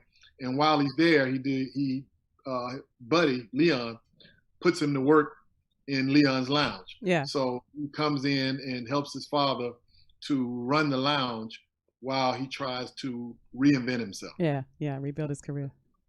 And that's kind of like, that's a true that's not just a scenario. That's that's that real is life. what's going on right now. Every college, every kid that was at school had their ass back at home, worrying their parents like, okay, well, you can do some work around here, right? I think the show has some very, very talented people. Yes. Adrian, Marcel, Doug, Scroncho, Joe Torre, Mari Morrow, Tangi Ambrose. Yes. It's like Doug said, it's a sort of an urban version. It's our urban version of Cheers, and it's just it's an ensemble cast, and we just have some fun. It's just a place where you can come in and the people know each other. And Doug plays Tricks the pastor, and who comes in and gives his cranberry juice. Yeah, but everybody knows what y'all have in the studio right now. It's cranberry juice mixed with vodka, and he's in there. But and man, really had a good time shooting the show. We shot in Oakland. Produced by Desmond Gums, and I don't remember the other writers, but I know Desmond is EP, and Miss Lelaine did some work, and there's I'm trying to forget Stephanie, the PA. Stephanie, I think was her name. If I hope I got it right. She'll be mad at me if I forgot, but I'm sure it's Stephanie. We had a real good time shooting. Okay. We shot 3 episodes, Doug? They shot 3 episodes, and they're trying to sell them on Black Prime. Hopefully, we'll get some traction. I hope that all of your viewers of this will go and watch and get some Black Prime, watch the show, leave a comment, and perhaps we'll do more. And so Black Prime is the network, correct? Right, it's the network. Tell me a little more about the network Black Prime. Black Prime is like Netflix and UMC and other. It's a channel that has its own some of its own programming, but they're a lot of urban material. Yeah, they're purchasing urban material. Oh, nice. And so movies and TV shows, and so you can go and download it and watch some of your favorite stuff on the network. Okay, so it's like an app as well. They can an app and it's going to be an app and a service. You can do you can do your phone, your computer, and I don't know how many platforms they're on now. Okay, how like OWN and some of these. I don't know if it's I don't know exactly how they're positioned, if it's going to be on a on a direct TV or streaming dash a dish or what platform they're on. But I know there'll be an app that you can download to your phone and watch, or your computer and watch, and if you have a smart TV, you can put one of your apps on the TV and just watch it. Just go ahead and make sure we get more episodes. Look, people, I need you to get on in here, watch this show. Yes. Right, watch this show, and so Buddy Lewis, I'm trying to get some more episodes. No, we gonna do it. We gonna do it. So there's 3 episodes available now. I think they're putting them on the network now. There was a discussion a few weeks ago. We were talking, and so I think there's going to be a push to put them on before the new year. Okay. Right. Okay. So then, right before the new year, people can start downloading Prime. Black Prime. Yeah, get Black Prime. I like that. Black Prime, baby. Black Prime. And Black Prime time. Yeah, it's about time. On the IG handle is at BLK. Okay. Prime. BLK Prime. BLK Prime. Okay. They put it as BLK Prime, which stands for Black Prime. Okay, we'll definitely show that network. Excuse me, and a way to get to it before we get off here. Yeah, and it's right underneath my Cash App. Which is, And we're gonna put Buddy Lewis Cash App up there too before we go, just so y'all will know. You don't want to load up Black Prime, you can definitely Cash App me. And it's all the same. It's all going to the same. It's all going to the same pocket. So with the cast members, first of all, it looks like you guys are having a ton of fun. Oh you know? man, so looks many like talented people. Looks like you guys go way back. So was there a real casting process for this, or is a bunch of friends got together and decided, hey, let's do this, let's make it happen? I think it was a combination of both. There was sort of a light casting. Joe Torre, who's my old friend, worked with the executive producer. Now, I actually worked with the executive producer Desmond Gums on another project many years ago. Okay. We did a movie called Haunted House Party, and written by my boy Leo Lawrence, and directed and written by Leo Lawrence, and we only got like we were supposed to shoot an hour and a half movie, and we only got about 65 minutes worth because the house party ended early. And we were in Oakland shooting. Man, it was the funniest thing. The local hoodlums and thugs and nefarious types wanted to know why we were shooting in their neighborhood and they weren't getting paid. Man, it was a mess, but we ended up shooting. I don't think they actually ever finished the whole complete film. Okay. But that's how I met Desmond Gums, because I was in that movie, and so he remembered me from that, and I guess Joe Torre, did some limited casting, and said, hey man, listen, Buddy would be good for this, and Doug, and so here we are, and that's the way a lot of projects come to fruition in LA. Yeah. Sometimes you have to call out favors, and and then when the budget is low, that's when you really call out favors. You're like, hey buddy, I ain't got no money. Come on, do this for me. Come do this for me, buddy. That's my middle name. Come on, do this for me, Lewis. Hilarious. Doug, how'd you get the call? Did you get the call? Did you get casted? Was it a friend? How did the call come to you? Well, I think for the sake of time, they didn't want to go through the normal channels of putting it out in the breakdowns, having people come in. So Joe Torre, Joe is one of the producers on the show, just gave me a call and said, hey, I got this pastor role. I think you'd be good for it. He sent me the script. I looked at it. I liked it. My wife helped me go over it, and that's how it came about. And fortunately, I just, we all kind of just really, when we got there and we did the table, there was just a chemistry. Yeah, it looks like it. It was just a chemistry there. And everybody just, and I think because of this pandemic, and, everybody's able, when you're working now, you're able to really focus on what you're doing, because and especially at the time when we started doing this, which is now, you can't really think about anything else. I mean, normally when you work on these sets, a lot of times you have a lot of other stuff going on. Your kids are in school, this is happening, your wife is doing this and that, or what have you. But now, everything is really stopped. So you can narrow in on what you need to focus on. So we all got there. We were happy to be out. We were happy to be doing something during the pandemic, and we just all focused and just had so much fun doing this. It's almost a shame that, we only did 3 episodes, because I see why Buddy's clamoring to get going, because we have so much fun on this set. And it's funny, this will be the second project for me that Mari Morrow has played my wife. Okay. We worked on, we were in the movie House Party 4 together, and she was my significant other.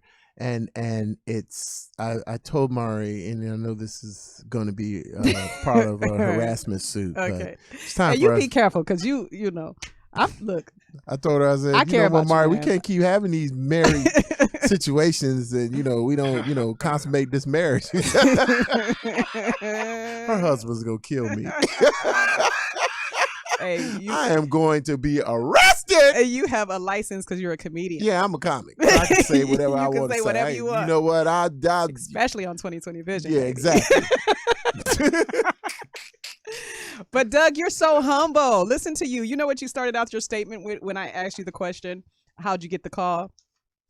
You No, what said did I say? you said for the sake of time. And at first, I thought you were talking about this show, and I was going to say take your time, but you were talking about for them in regards to them casting and trying to get it casted fast. Like that's the only reason you got the direct call. No, my brother, stop being all that. The humbleness is cute, but it's not needed. Okay,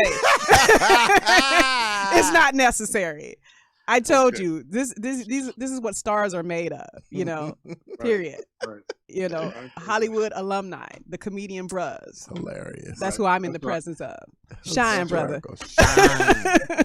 Shine your light on me. I think we got a few behind the scene clips we can show real quick. You guys look like you're having so much fun. I just wanted to show the people what you guys are up to with the BTS behind the scenes.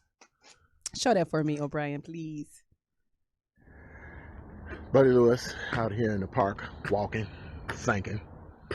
And today, what I'm thinking about is this.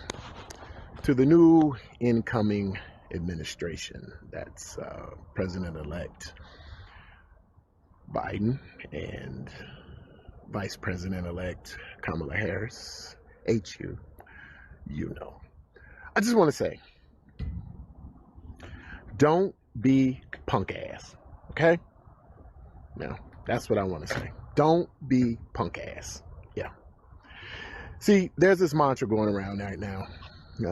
Many people are saying, well, the country, 50% of Americans voted for the Republican Party. And now what we need to do is find common ground and work together to make sure that we get past our partisan bickering and find a way to compromise and come together for the betterment of the country. Hey, you know what? This is some BS, okay? All right, don't fall for this. This is a punk-ass trick by the Republican Party. This is what they always do.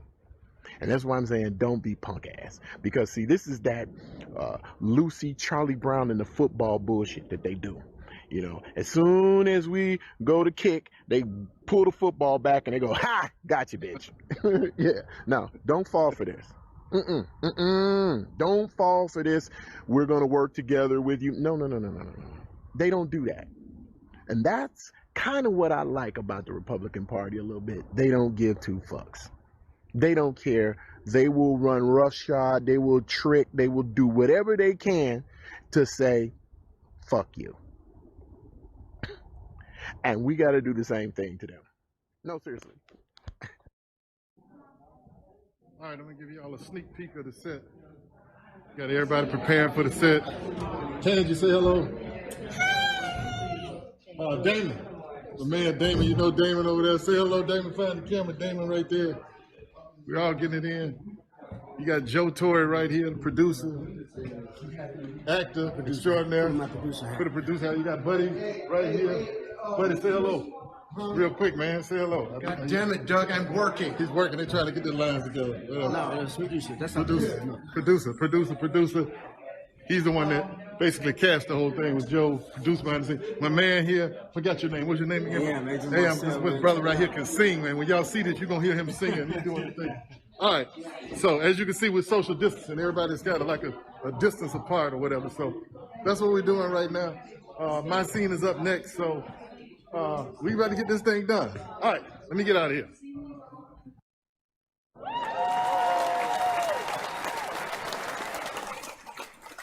Like I said, looks like fun. Looks like you guys are having fun. I don't know why y'all played that clip of me on that Instagram. Y'all just thought that was some stuff from the show. So look, right? You're behind the scenes right now. This is where you're at. You're behind the scenes, and you hear what's going on. So you gonna still put us on blast? Really? I'm sorry. Sorry. That's what you do. I'm sorry. But I'm sure Buddy wasn't the only person thinking that, because when I saw that, I'm thinking you said behind the scenes of the show. And then they both put me on blast. And I'm trying to remember. And then they both put me on blast. And it wasn't. It wasn't nearly as funny as I thought it was when I was doing it. So what happened? What was happening while I was on? What was we doing over here? I don't know. You heard, see? I didn't even see it. I wasn't paying no attention. I was like, okay, I'm just gonna let them produce their thing. Who am I? So to all the listening audience and Buddy Lewis apparently and Doug Williams that wasn't supposed to be showed. Oh, okay. So anyway, all right. It's yeah. okay. Glad you cleaned it up. Yeah, you clean that up, girl. Ameerah, you clean that up real nice. I'm just trying to say. Look, it was okay. What's up, Doug? What you saying? I said I still enjoyed it. I watch Buddy on Instagram do those all the time. my little comedy rants. It was good, but it wasn't the connection to the show. It was out of order.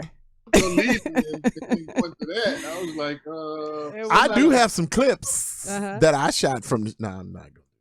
We probably got them. I do. Y'all got. We probably got them. You know what? Y'all are amazing over here.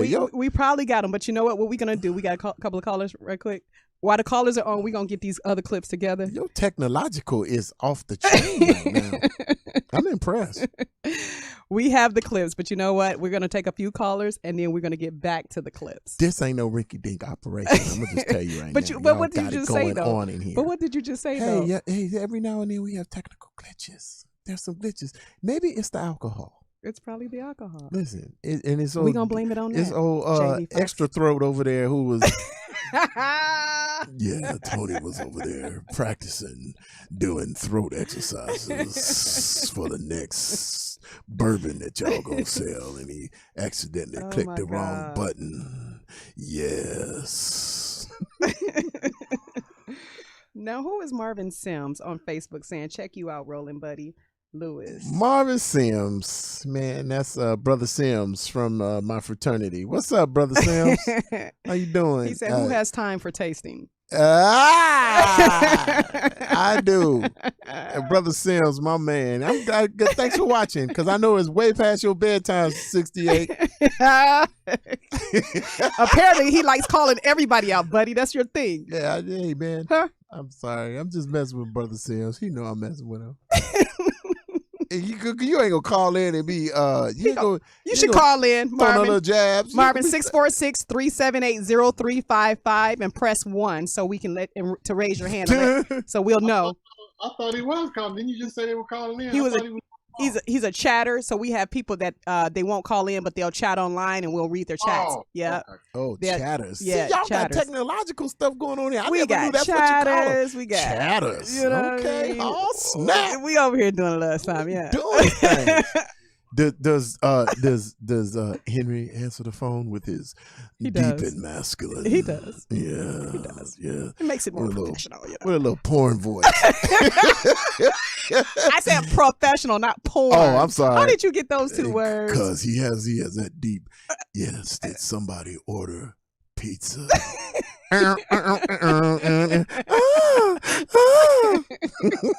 Yeah, baby. You ordered anchovies. Who ordered a beefsteak pizza? Why is gotta be a beefsteak? Why? You better not answer the phone like that. Who ordered tube steak? Stop. What's wrong with you? That's the music they have on porn. You know too much about it, buddy. Oh, yeah, baby. Did somebody order a skin flute? What's wrong with you? I brought my bowling balls in a bag.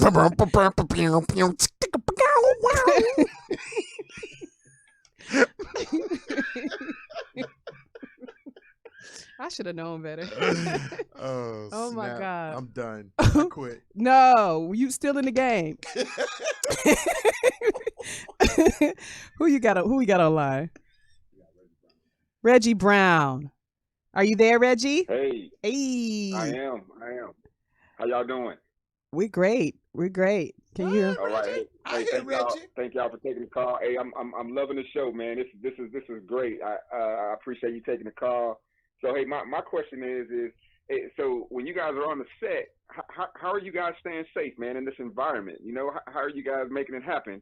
And then if you don't mind, my follow-on question is you know, what's stand up? You guys still doing stand up, and what's that like nowadays? I'll take it, and then Buddy. Okay. We were very COVID conscientious on the set. As you can see, when I was doing it, I had a mask on. Obviously, we couldn't wear masks when we were shooting, but when we weren't shooting, we had on masks. So, they were following the protocol. In terms of stand-up, nah, man, everything, my whole calendar got wiped out. In fact, I'm freezing right now because I refuse to turn on the heater until it gets down to like about 32 degrees here in the house. So no, I'm not working at all right now. So that was a blessing that show came in. But yeah, it's a different ball game, man. It's the world is so different right now. So yeah, we right. every set has strict protocols. I had to test 2 or 3 times before we went up there, and then once we got into the building, into the set, we were sort of in a little bubble, just a little. We weren't supposed to go anywhere once we got back to the hotel. Took our temperature. Yeah, they took our temperature when we walked in, and so you were supposed to keep your mask on anytime you were walking around and you weren't working and or eating. And so we were really, really very, very conscientious, and no one that I know of right now from that set got sick. And stand up is it's like you've lost a it's like you've lost a friend right now, because you just can't do what you love. There are a lot of people are doing. A lot of comics are trying to do stand up online. There are a few people that have asked me to do it. I haven't participated in a show yet to try and do stand up. Like like if somebody had a situation like this, where they said, "Buddy, we need 3 to 5 minutes of stand up online." It's like, I don't. I mean, I'll have a conversation with you and make some jokes, but I don't want to do. I don't feel like my art is being done properly. It's kind of bastardizing what I do. Yes. To have me doing stand up. I don't tell jokes. Right. I mean, I don't. I'm a stand up comic, and so just I can tell some jokes, and I can look at a joke book and just read some jokes, because that's what it feels like. Yes. And so I don't want to. I hope that doesn't become the new norm. Yeah, of course. And I do know some stand-up comics that are working in clubs. They've social distanced the tables, et cetera, and there are a lot of big comics that are out here working. But clubs are only really open and available to comics that have name draw. Okay. And so, and in states where they're like, we don't care if we kill all y'all. Okay. Like Georgia. Get COVID, get comedy and COVID at the same time. It's like, it's like they're not thinking that thing through, because once everybody died, then they can't have. Yeah, it's like, okay, you're gonna kill the comic and the people, right. And then So I don't know. I know a lot of my friends. I know a few friends that are out here. They're starting to road trip to some places, and because like I know some comics that are working in states that are COVID laxed. Okay. If I'll now say that. Yeah. Texas, Georgia, Florida, North Carolina. I know some people that are working in Ohio. Yeah. But like even Dave Chappelle was doing shows, but he had he shut his shows down when one technician got COVID. And he said that's too close. He said it's too close, because that weekend, as a matter of fact, one of my good friends, Chris Spencer, had gone out to do the show. He had done shows like all through the summer. Okay. And so, but he had like crazy, like you had to be tested before you came in. You had to show your test at the gate. Right. And then you had your temperature taken, and then they had tables that were like 6 feet apart, and they did all of this stuff, and someone still got it. And one person in his crew, and he shut the shows down because Dave has a big old farm out, and they were doing stuff, but the way it is now, man, it's just the comedy's sort of on it's this thing as a comic like Doug was doing ships. Mm-hmm. You know, they're no cruise ships. You know, Doug, that's a COVID petri dish. Right. You might as well just go ahead and just give me that COVID candy bar right now. I'm gonna take 3 of those. When did you come off the ship, Doug? March the 16th. I was probably on one of the last few ships to come in, like when this all hit and the ship started going back to port, and when they started, you know, essentially grounding the ships, with not letting them out. I was probably on about the last 2 or 3 that came in, and let me tell you, it was scary out there because, you know, this thing just started spiraling. And I remember we were all on there. We were just panicked, like, you know, please don't let anybody get COVID, because if you recall, there was a cruise ship outside of San Francisco. Mm-hmm. They got it, and then they had to wait. That cruise ship had to wait out, and then when they finally did come in, they made the people quarantine for 14. Yep. So, you know, we were just praying because I didn't want to be separated from my family. Right. So so you went through quarantine, right? What do you mean? I'm saying when the ship came in and you said they had to go through quarantine for like 14 days. No. Okay. A ship that was out. Okay.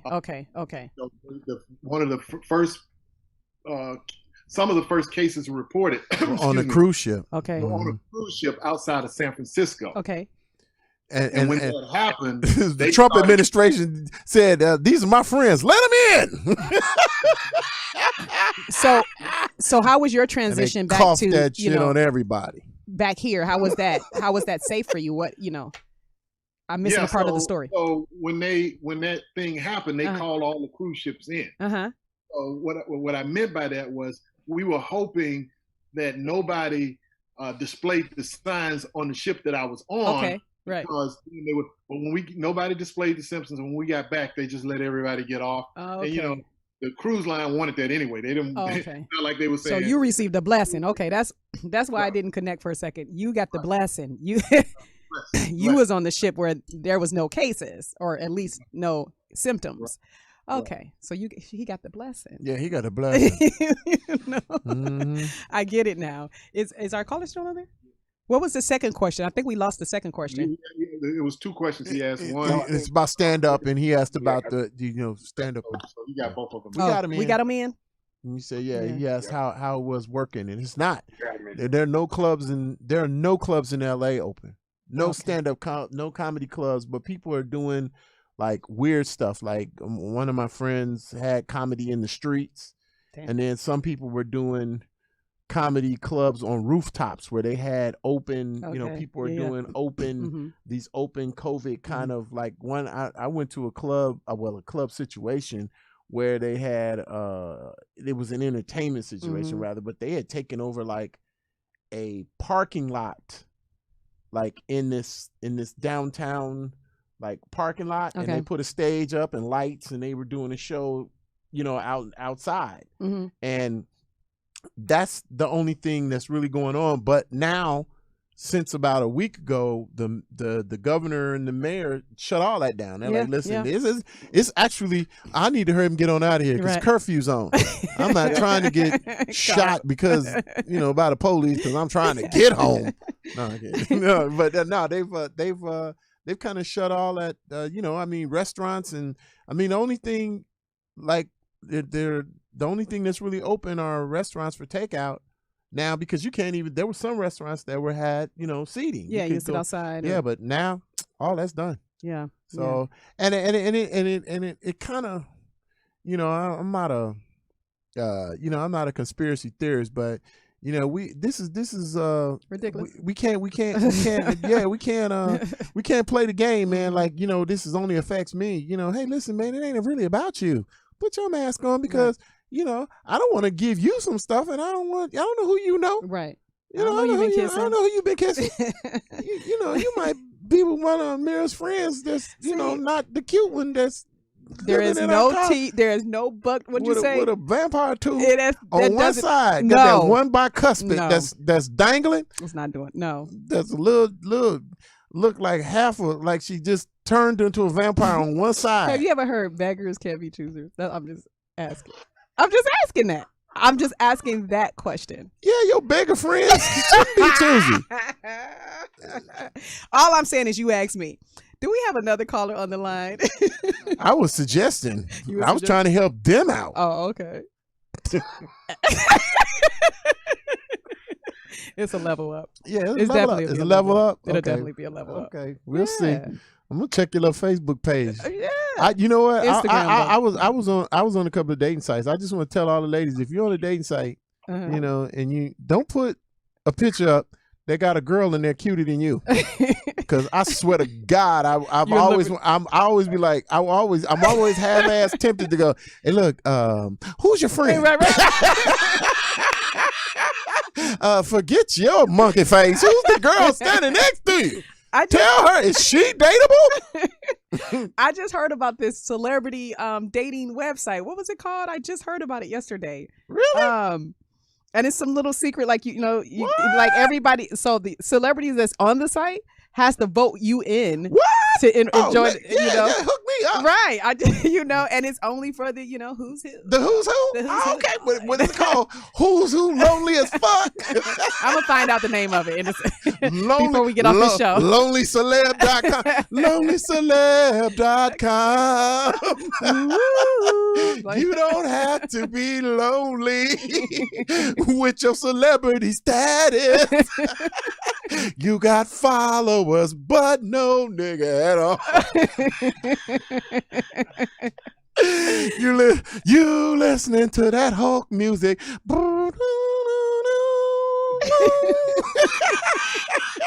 You got 1,000, you got 1 million followers, but this is what happens when you open the door.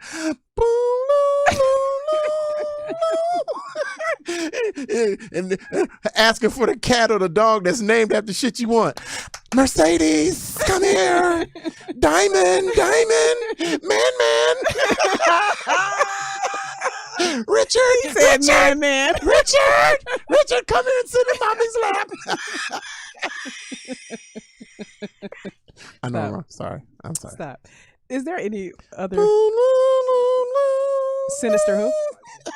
Sinister? Can I just say the first? Yes, good evening. Sinister, how are you? Good evening.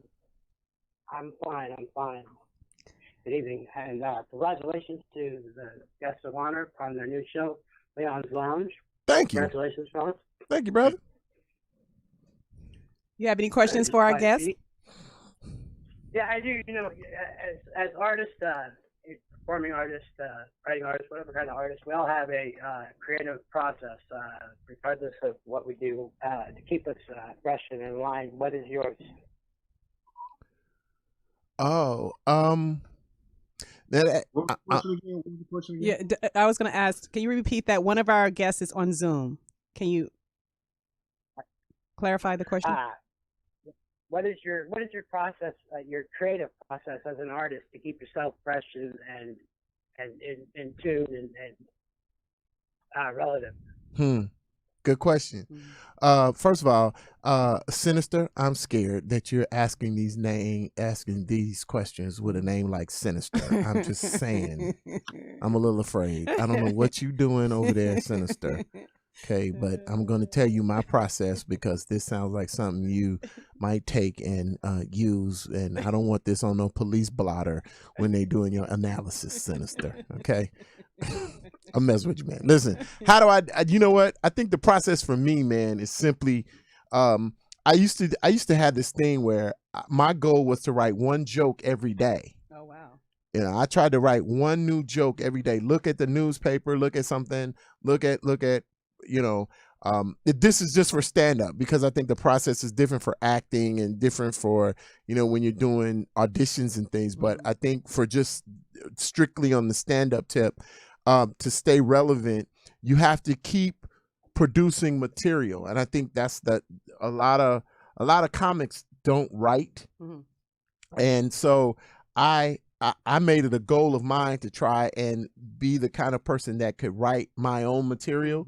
And I also try to write for other folk, so that I'm constantly trying to create more material for myself. So when the turn comes and we can get back on stage and we can do what we love, I'll have a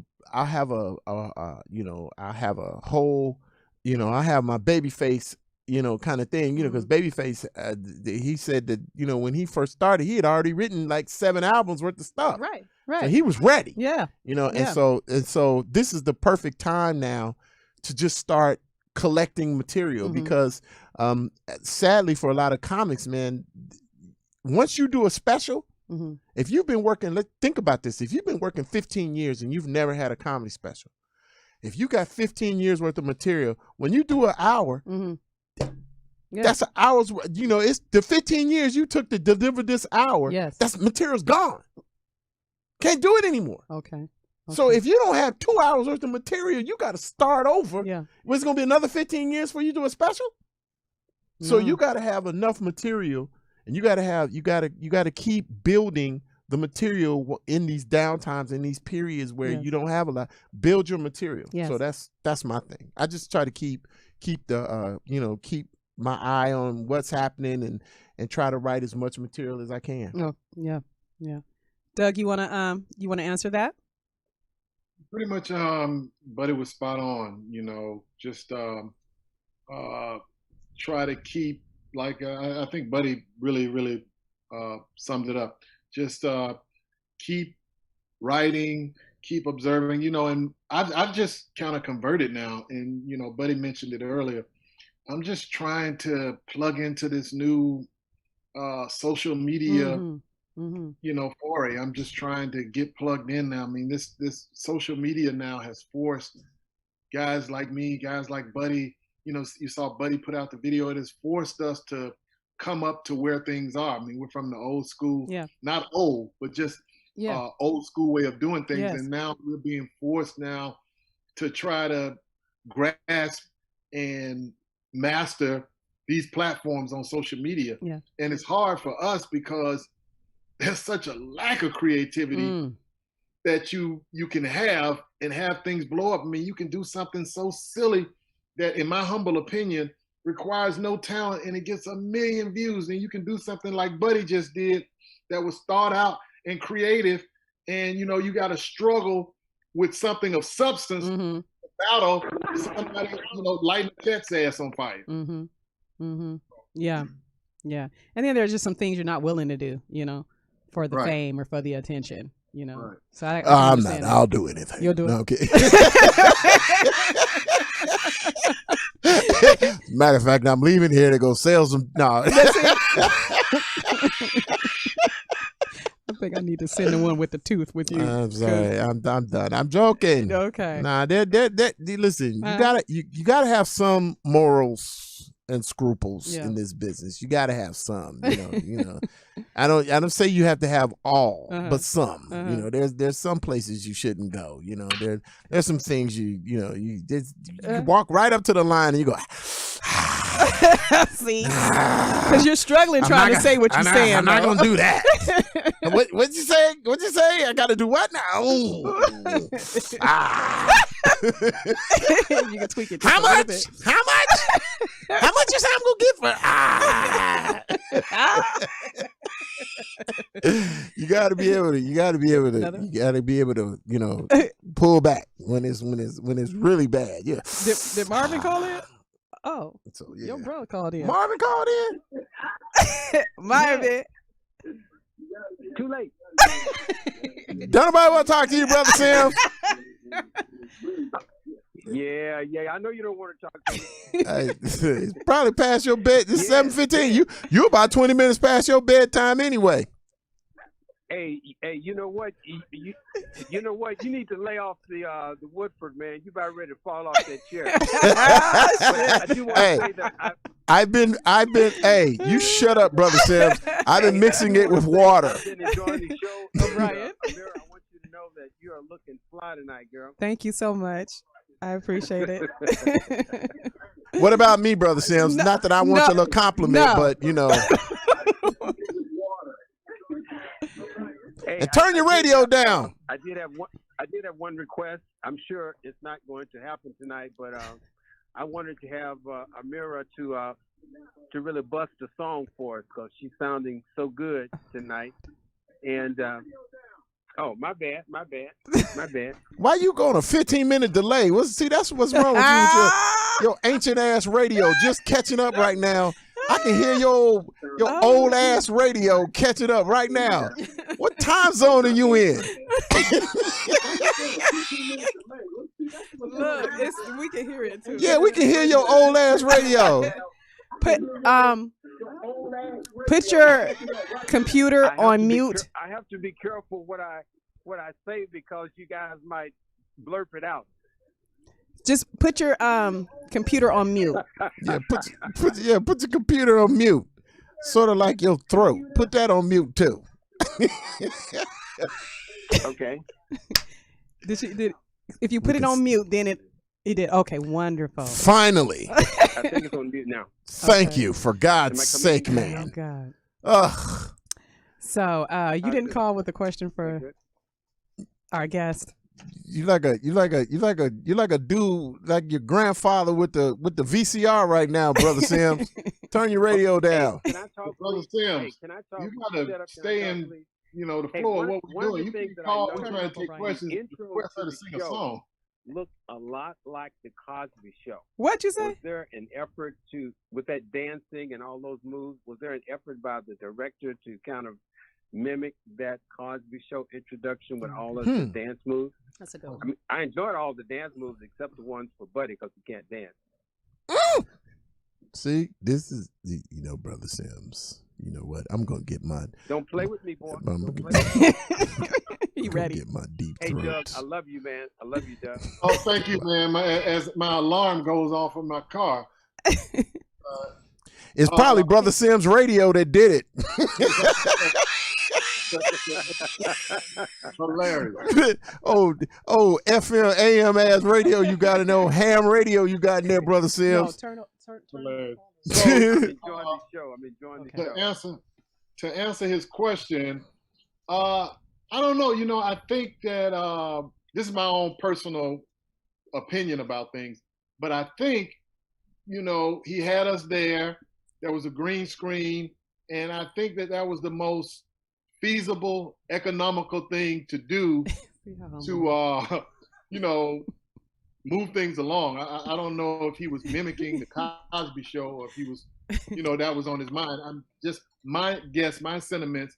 I think that was just the easiest path to get what he needed. Now, Buddy might have a different take on it, but that's what I think. It's none of your business what he was thinking, Brother Sims. That's what, Doug, you have the most humble, diplomatic answers ever. Brother Sims, mind your damn business. They're you come humble, here they're asking diplomatic. questions that you want the answers. We didn't got time for your little question and answer period, Brother Sims. Where we mimicking something. Whatever. Yes, we stole it from Bill Cosby. What are you gonna do? Huh? Oh, What's Bill gonna do? Stop right now. What are you gonna do? Now. Hold on. It's a collect call from Bill Cosby.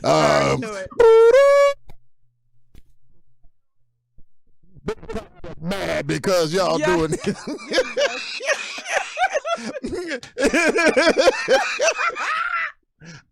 I'm sorry, Brother Sims. I'm sorry. I'm being silly, man. Come on, man. That's why they brought me here, baby. Love you, man. I love you back, Brother Sims. Hey, listen. Hey, man, listen. Hey, listen. You know what? You can drink one of these and go and go to sleep. I know it's close to bedtime. HENNESSY,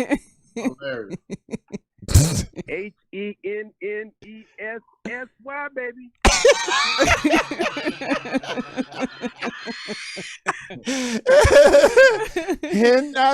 I ain't mad at you.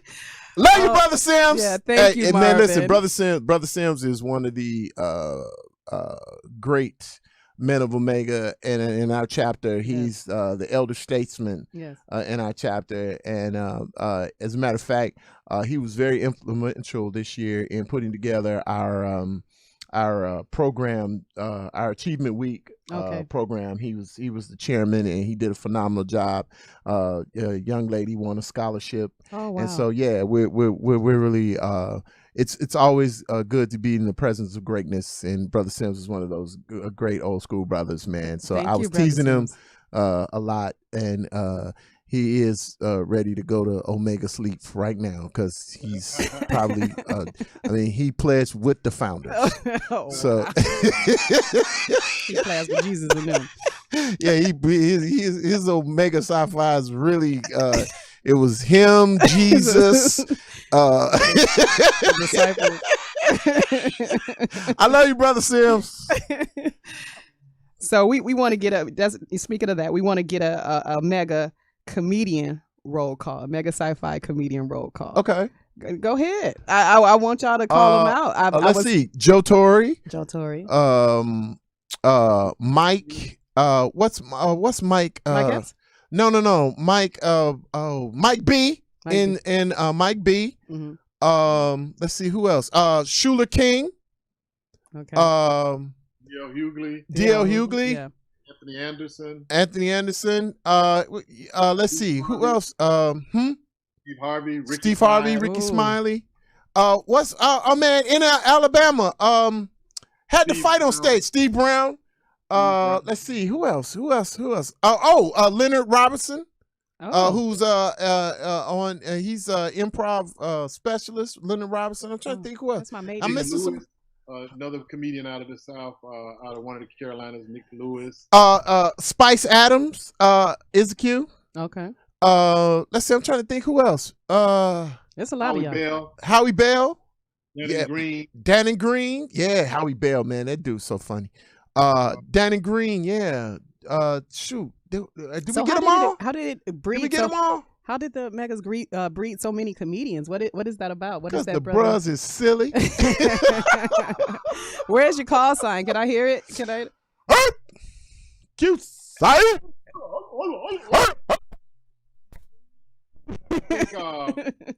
I think I missed. Real quick, one of the great things about this fraternity, and I feel like about this fraternity. If you ever saw the movie Full Metal Jacket, yeah.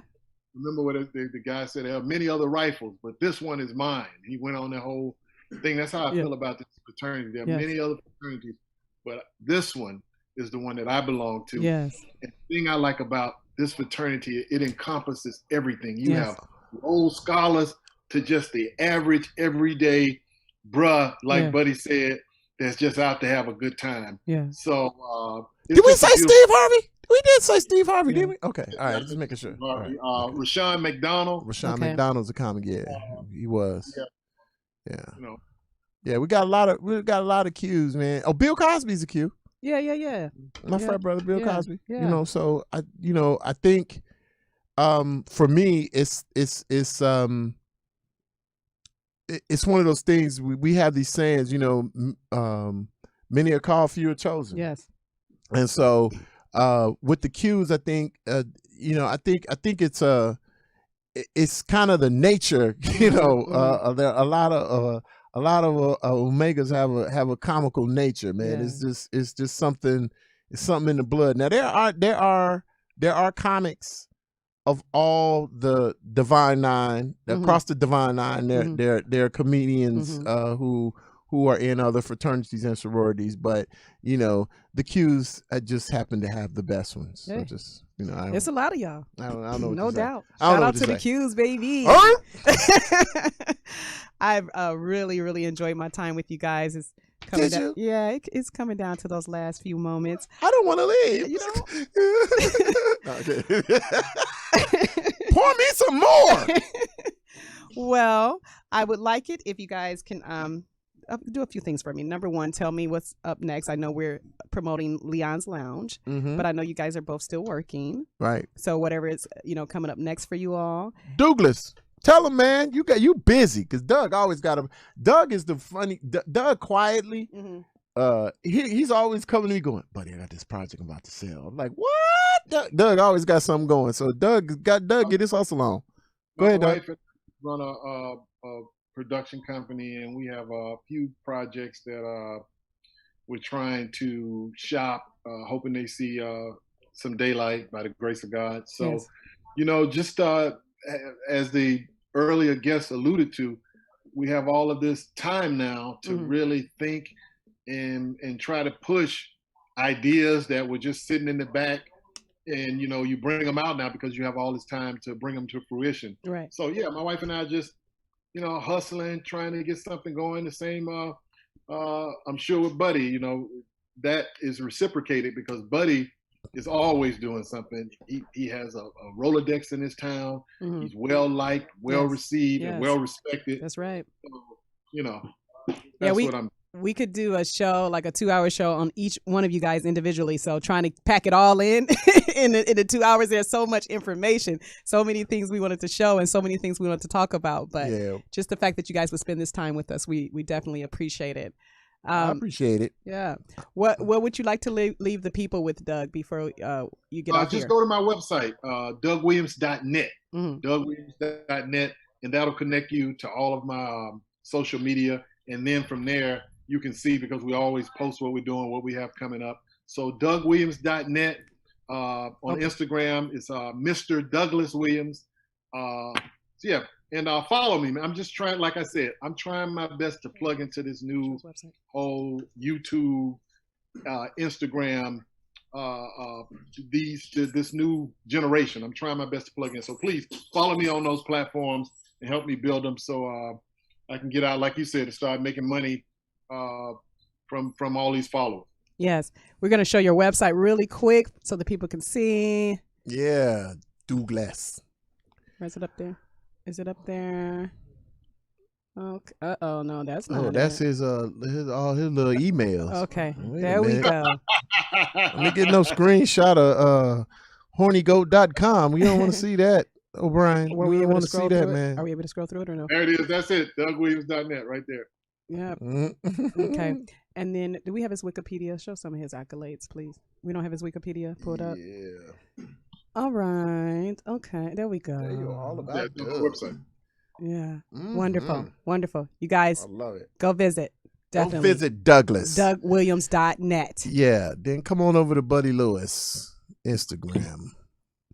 Okay. Buddy Lewis Jokes. Now, Buddy. Yeah. Tell me what you got coming up next. You know what? If things don't get better, I am going to be on hornyomega.com on Triple X. No, and somebody, I told somebody, I said, you know what? I can do, I said my goal was never to do anything that was going to embarrass my mother when I came out here, but she's got Alzheimer's now. So, in a little onset dementia, so she won't remember what I've done. So I can do anything. I can go do anything. No. Stop. Right now, Is I your have mama listening? I hope not. But she won't remember 20 minutes later anyway. Anyway, so I know I'm gonna get in trouble for that at Thanksgiving, at Christmas. I mean, listen. What am I doing? Buddy Lewis has a couple projects. Yes, he does. This is when you speak in third person when you bout some. Buddy Lewis. No, I have a show. I'm a reoccurring regular on the show Family Business. Yes. I have a reoccurring role. We got an episodes were canceled because of COVID, so I didn't get to do. I play Wendell, the Chicken Shack owner, and then I just did six episodes of a new sitcom called Millennials, where again I play it's a running thing here. I own a bar. And I asked you earlier, did you drink? You like a little bit. And then I'm waiting to shoot a movie. I got cast in a movie that's a satire spoof of the Tyler Perry movies. We're doing a little spoof that my friend Johnny Mack wrote. It's really a funny idea. Imagine, Airplane, but we're doing, we're sort of mocking the Tyler Perry's film, so it's gonna be really, really fun. What's that called again? I think it's called I can't remember the exact title because they haven't shot it yet. We didn't start shooting, but I do have a role in a new movie with Michael Jai White called The Outlaw Johnny Black, which should be out on UMC sometime soon. Okay. So I got a few things in the mix, and I'm staying busy. But my Cash App is no, I'm kidding. What about this Pandemically Single? What's that? Oh, Pandemically Single is a show that I did with Rashawn Farrar. It was a show that was about guys and women dating online, and so we were talking about our experiences, but we did it online. Okay. So it was like an online show about being online dating. So it was really cool. And I do a little writing for my good friend Kim Whitley, and I do some writing for my boy DL, my frat brother. And I'm staying as busy as I can. I got a few projects in the mix. And one of my best friends, Chris Spencer, always that talk about a nigga that's working. He always will kick me down and find me some work. So I whatever I keep telling him, man, listen, I need you to hurry up and get a job so we can work. I mean, you've written on so many. Written for Jamie Foxx. I mean, The Real Husbands of Hollywood. Yes, you've been writing. This is I write, and it's fun for me. I some people get satisfaction from being on stage. Like I said earlier, you have to find ways to satisfy your success need any way you can. And so if I get it writing or standing in front of a camera or coming in here, thank God you brought me in here. I so appreciate it. I get my opportunity to present myself and do a little comedy, kind of just keep the juices flowing. You can find me on Buddy Lewis Jokes on Instagram, Comedian Buddy Lewis on Facebook, Rolling Buddy Lewis on Facebook, but it's Buddy Lewis Jokes. I'm trying to fix my little pages and everything together, but we got you. Yeah, you know what? I'm at 10K. Yes, I'm that's the golden number. That's the golden number. But they didn't get me I didn't get my little blue check. They didn't get my blue check. You know what? Holler at me about it. I'll tell you about that. It's a whole different. It's not. You know what I mean? It's not everything. They try to act like, oh, it's just this, that, and that. Yeah, I gotta do some things because I want to get my check. That's a funny one. Look at this. See, Nate Robinson. What happened in the ring? Hey, that episode I was on. You was on that episode of Martin? Yes. You wrote on that show too. No, I didn't write on Martin, but I was on that episode of Martin where he got beat up by. As a matter of fact, that is the first sitcom I was ever on in Hollywood. Martin put me on because we were, I saved his life back in the day. Okay. But that's not too shabby. That was your first. And I still remember my line. What? Hey man, I've never seen anyone get beat down like that in a charity event. That was my line. That was your. I still remember my first line on TV. Martin did that. Martin Lawrence gave me my first shot on a sitcom. Arsenio Hall gave me my first shot to be seen on TV. Period. Wow. He came up to the Comedy Store and he was trying to put people on the show. He was going to talk to the comics. What's it like being an upstart comic? And so the Comedy Store put all these people. It wasn't organic. They were going to force feed all these people on Arsenio, and Arsenio was like, I don't want to talk to none of them. Who didn't get on stage? Who didn't get on the showcase? And I was like, me. And he was like, come talk to me. And I did this bit that I used to talk about how wedding singers are gonna start rapping now. And it was a rapper at a wedding, and I did this. I had the big finish was. That was the big finish, and he used that clip of me telling my joke. He would have other comments, and he'd come back to me, and it looked like I was doing this joke for 30 minutes. So, but but it was dope. And I told all my friends I was on the Arsenio Hall show, and this is the funny thing. And I'm sorry I'm running on. No worries. But when Martin introduced me on Def Jam, he kind of dogged me out. Because he goes, yeah, this next comic was on Arsenio Hall, but I'll let him tell it. Like I wasn't really on. It was funny as hell. I was like, dang, Kind of like what you did to me earlier. Yeah, okay. Yeah, kind of. He kind of threw me under the bus, but it was funny because I had a good set on Def Jam, but it was like he didn't believe I had been on Arsenio Hall, but I had. But it was like but it wasn't like I was sitting, on Arsenio Hall. Yeah, it's like when you pad your resume, you say you were in a movie, but you was an extra. But he showed your joke over and again. Yeah, but I was on the show per se, and people who saw it back at home thought I had made it. See, that's all it takes. That's all it took. They're like, buddy, on Arsenio! I got calls and everything. My mother was so happy and proud. And then I did Def Jam and cussed out the audience, and my pastor was like, I don't know what this is. You cussed out the audience. Oh man, I use so many curse words. But you cussed them out. Russell Simmons tricked me. Okay. Yeah, he came back there. Listen, man, you better go out there and be hard. You better say the hardest thing. Russell.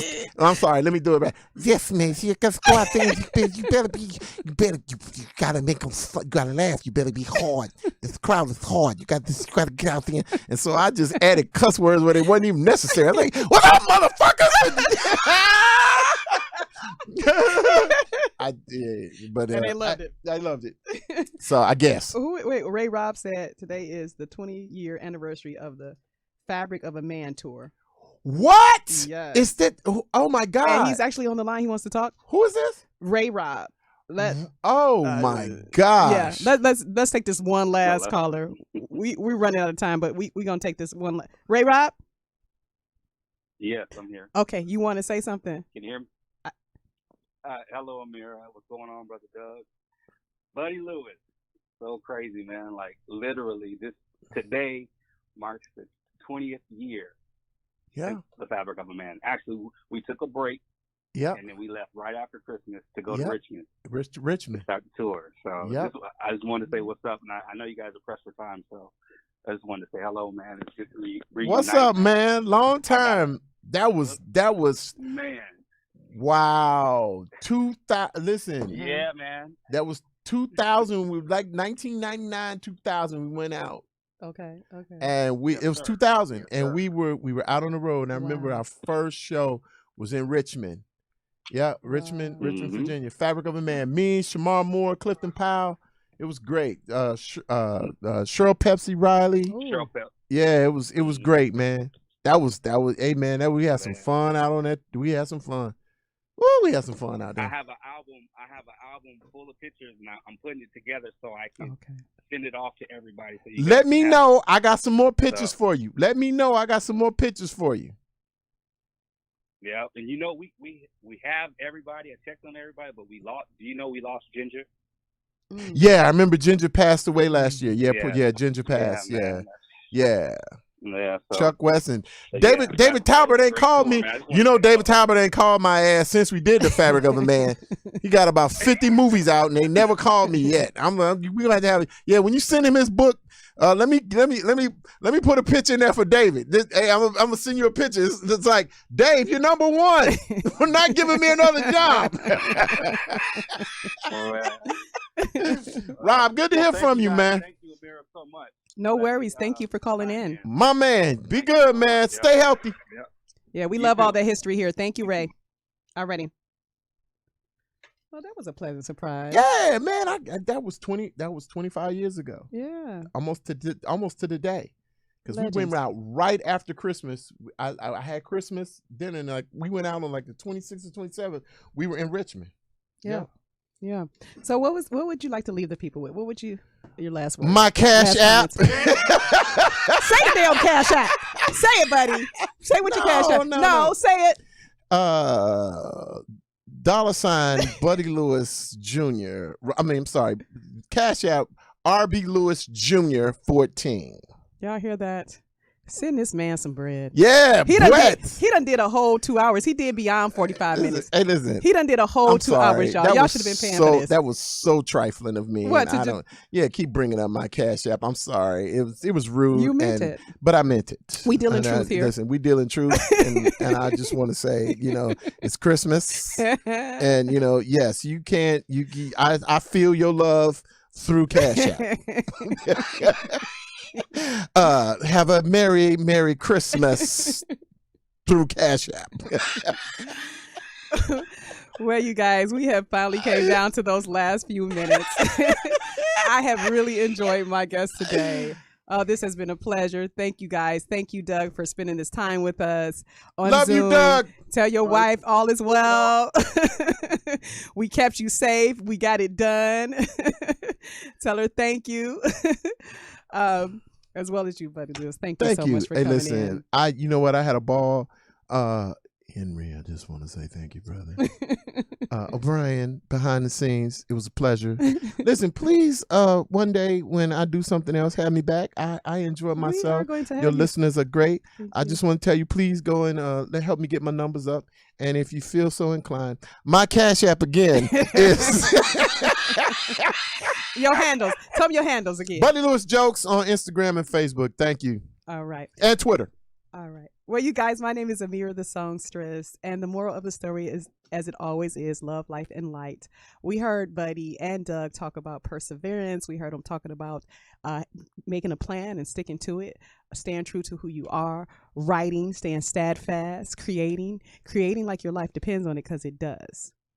Again, my name is Ameerah the Songstress, and you can find me on YouTube at Ameerah the Songstress, IG at Ameerah the Songstress, Facebook at Ameerah the Songstress, and Spotify, iTunes, or Tidal, wherever you want to listen. And remember, stay focused. No regret, no regret, no regret. Let me fix my crown, baby. Like dominoes, yeah, it's going down. My feet off the ground, elevated. You feel my soul when you hear my sound. And I don't know why you're like a red light that don't ever change. And you should know why I'm merging to the other lane. I'm getting close, I'm up next, no regrets. Making hits is a reflex. I'm getting close, don't take a second to second guess. Riding high so you know I'm blessed. Oh yeah, I'm getting close, I'm up next, no regrets. Making hits is a reflex. I'm getting close, don't take a second to second guess. Riding high so you know I'm blessed.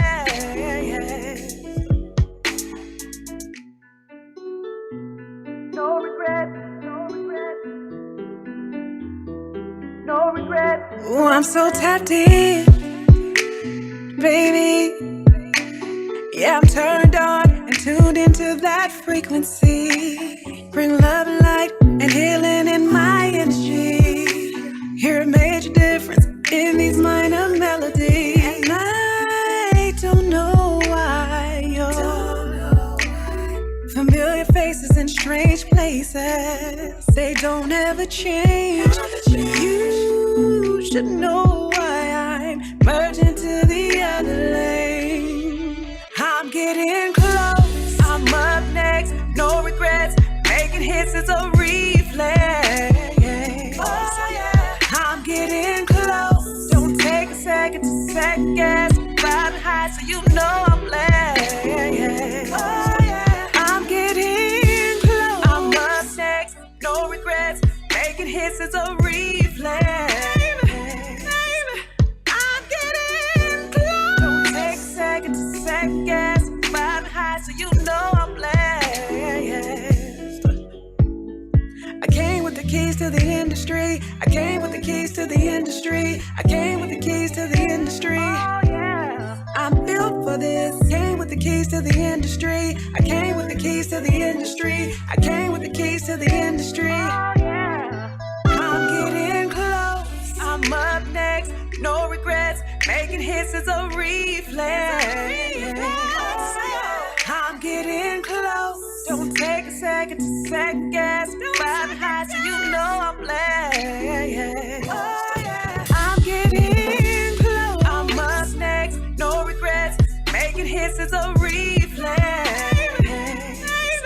I'm getting close. Don't take a second to second guess. Riding high so you know I'm blessed.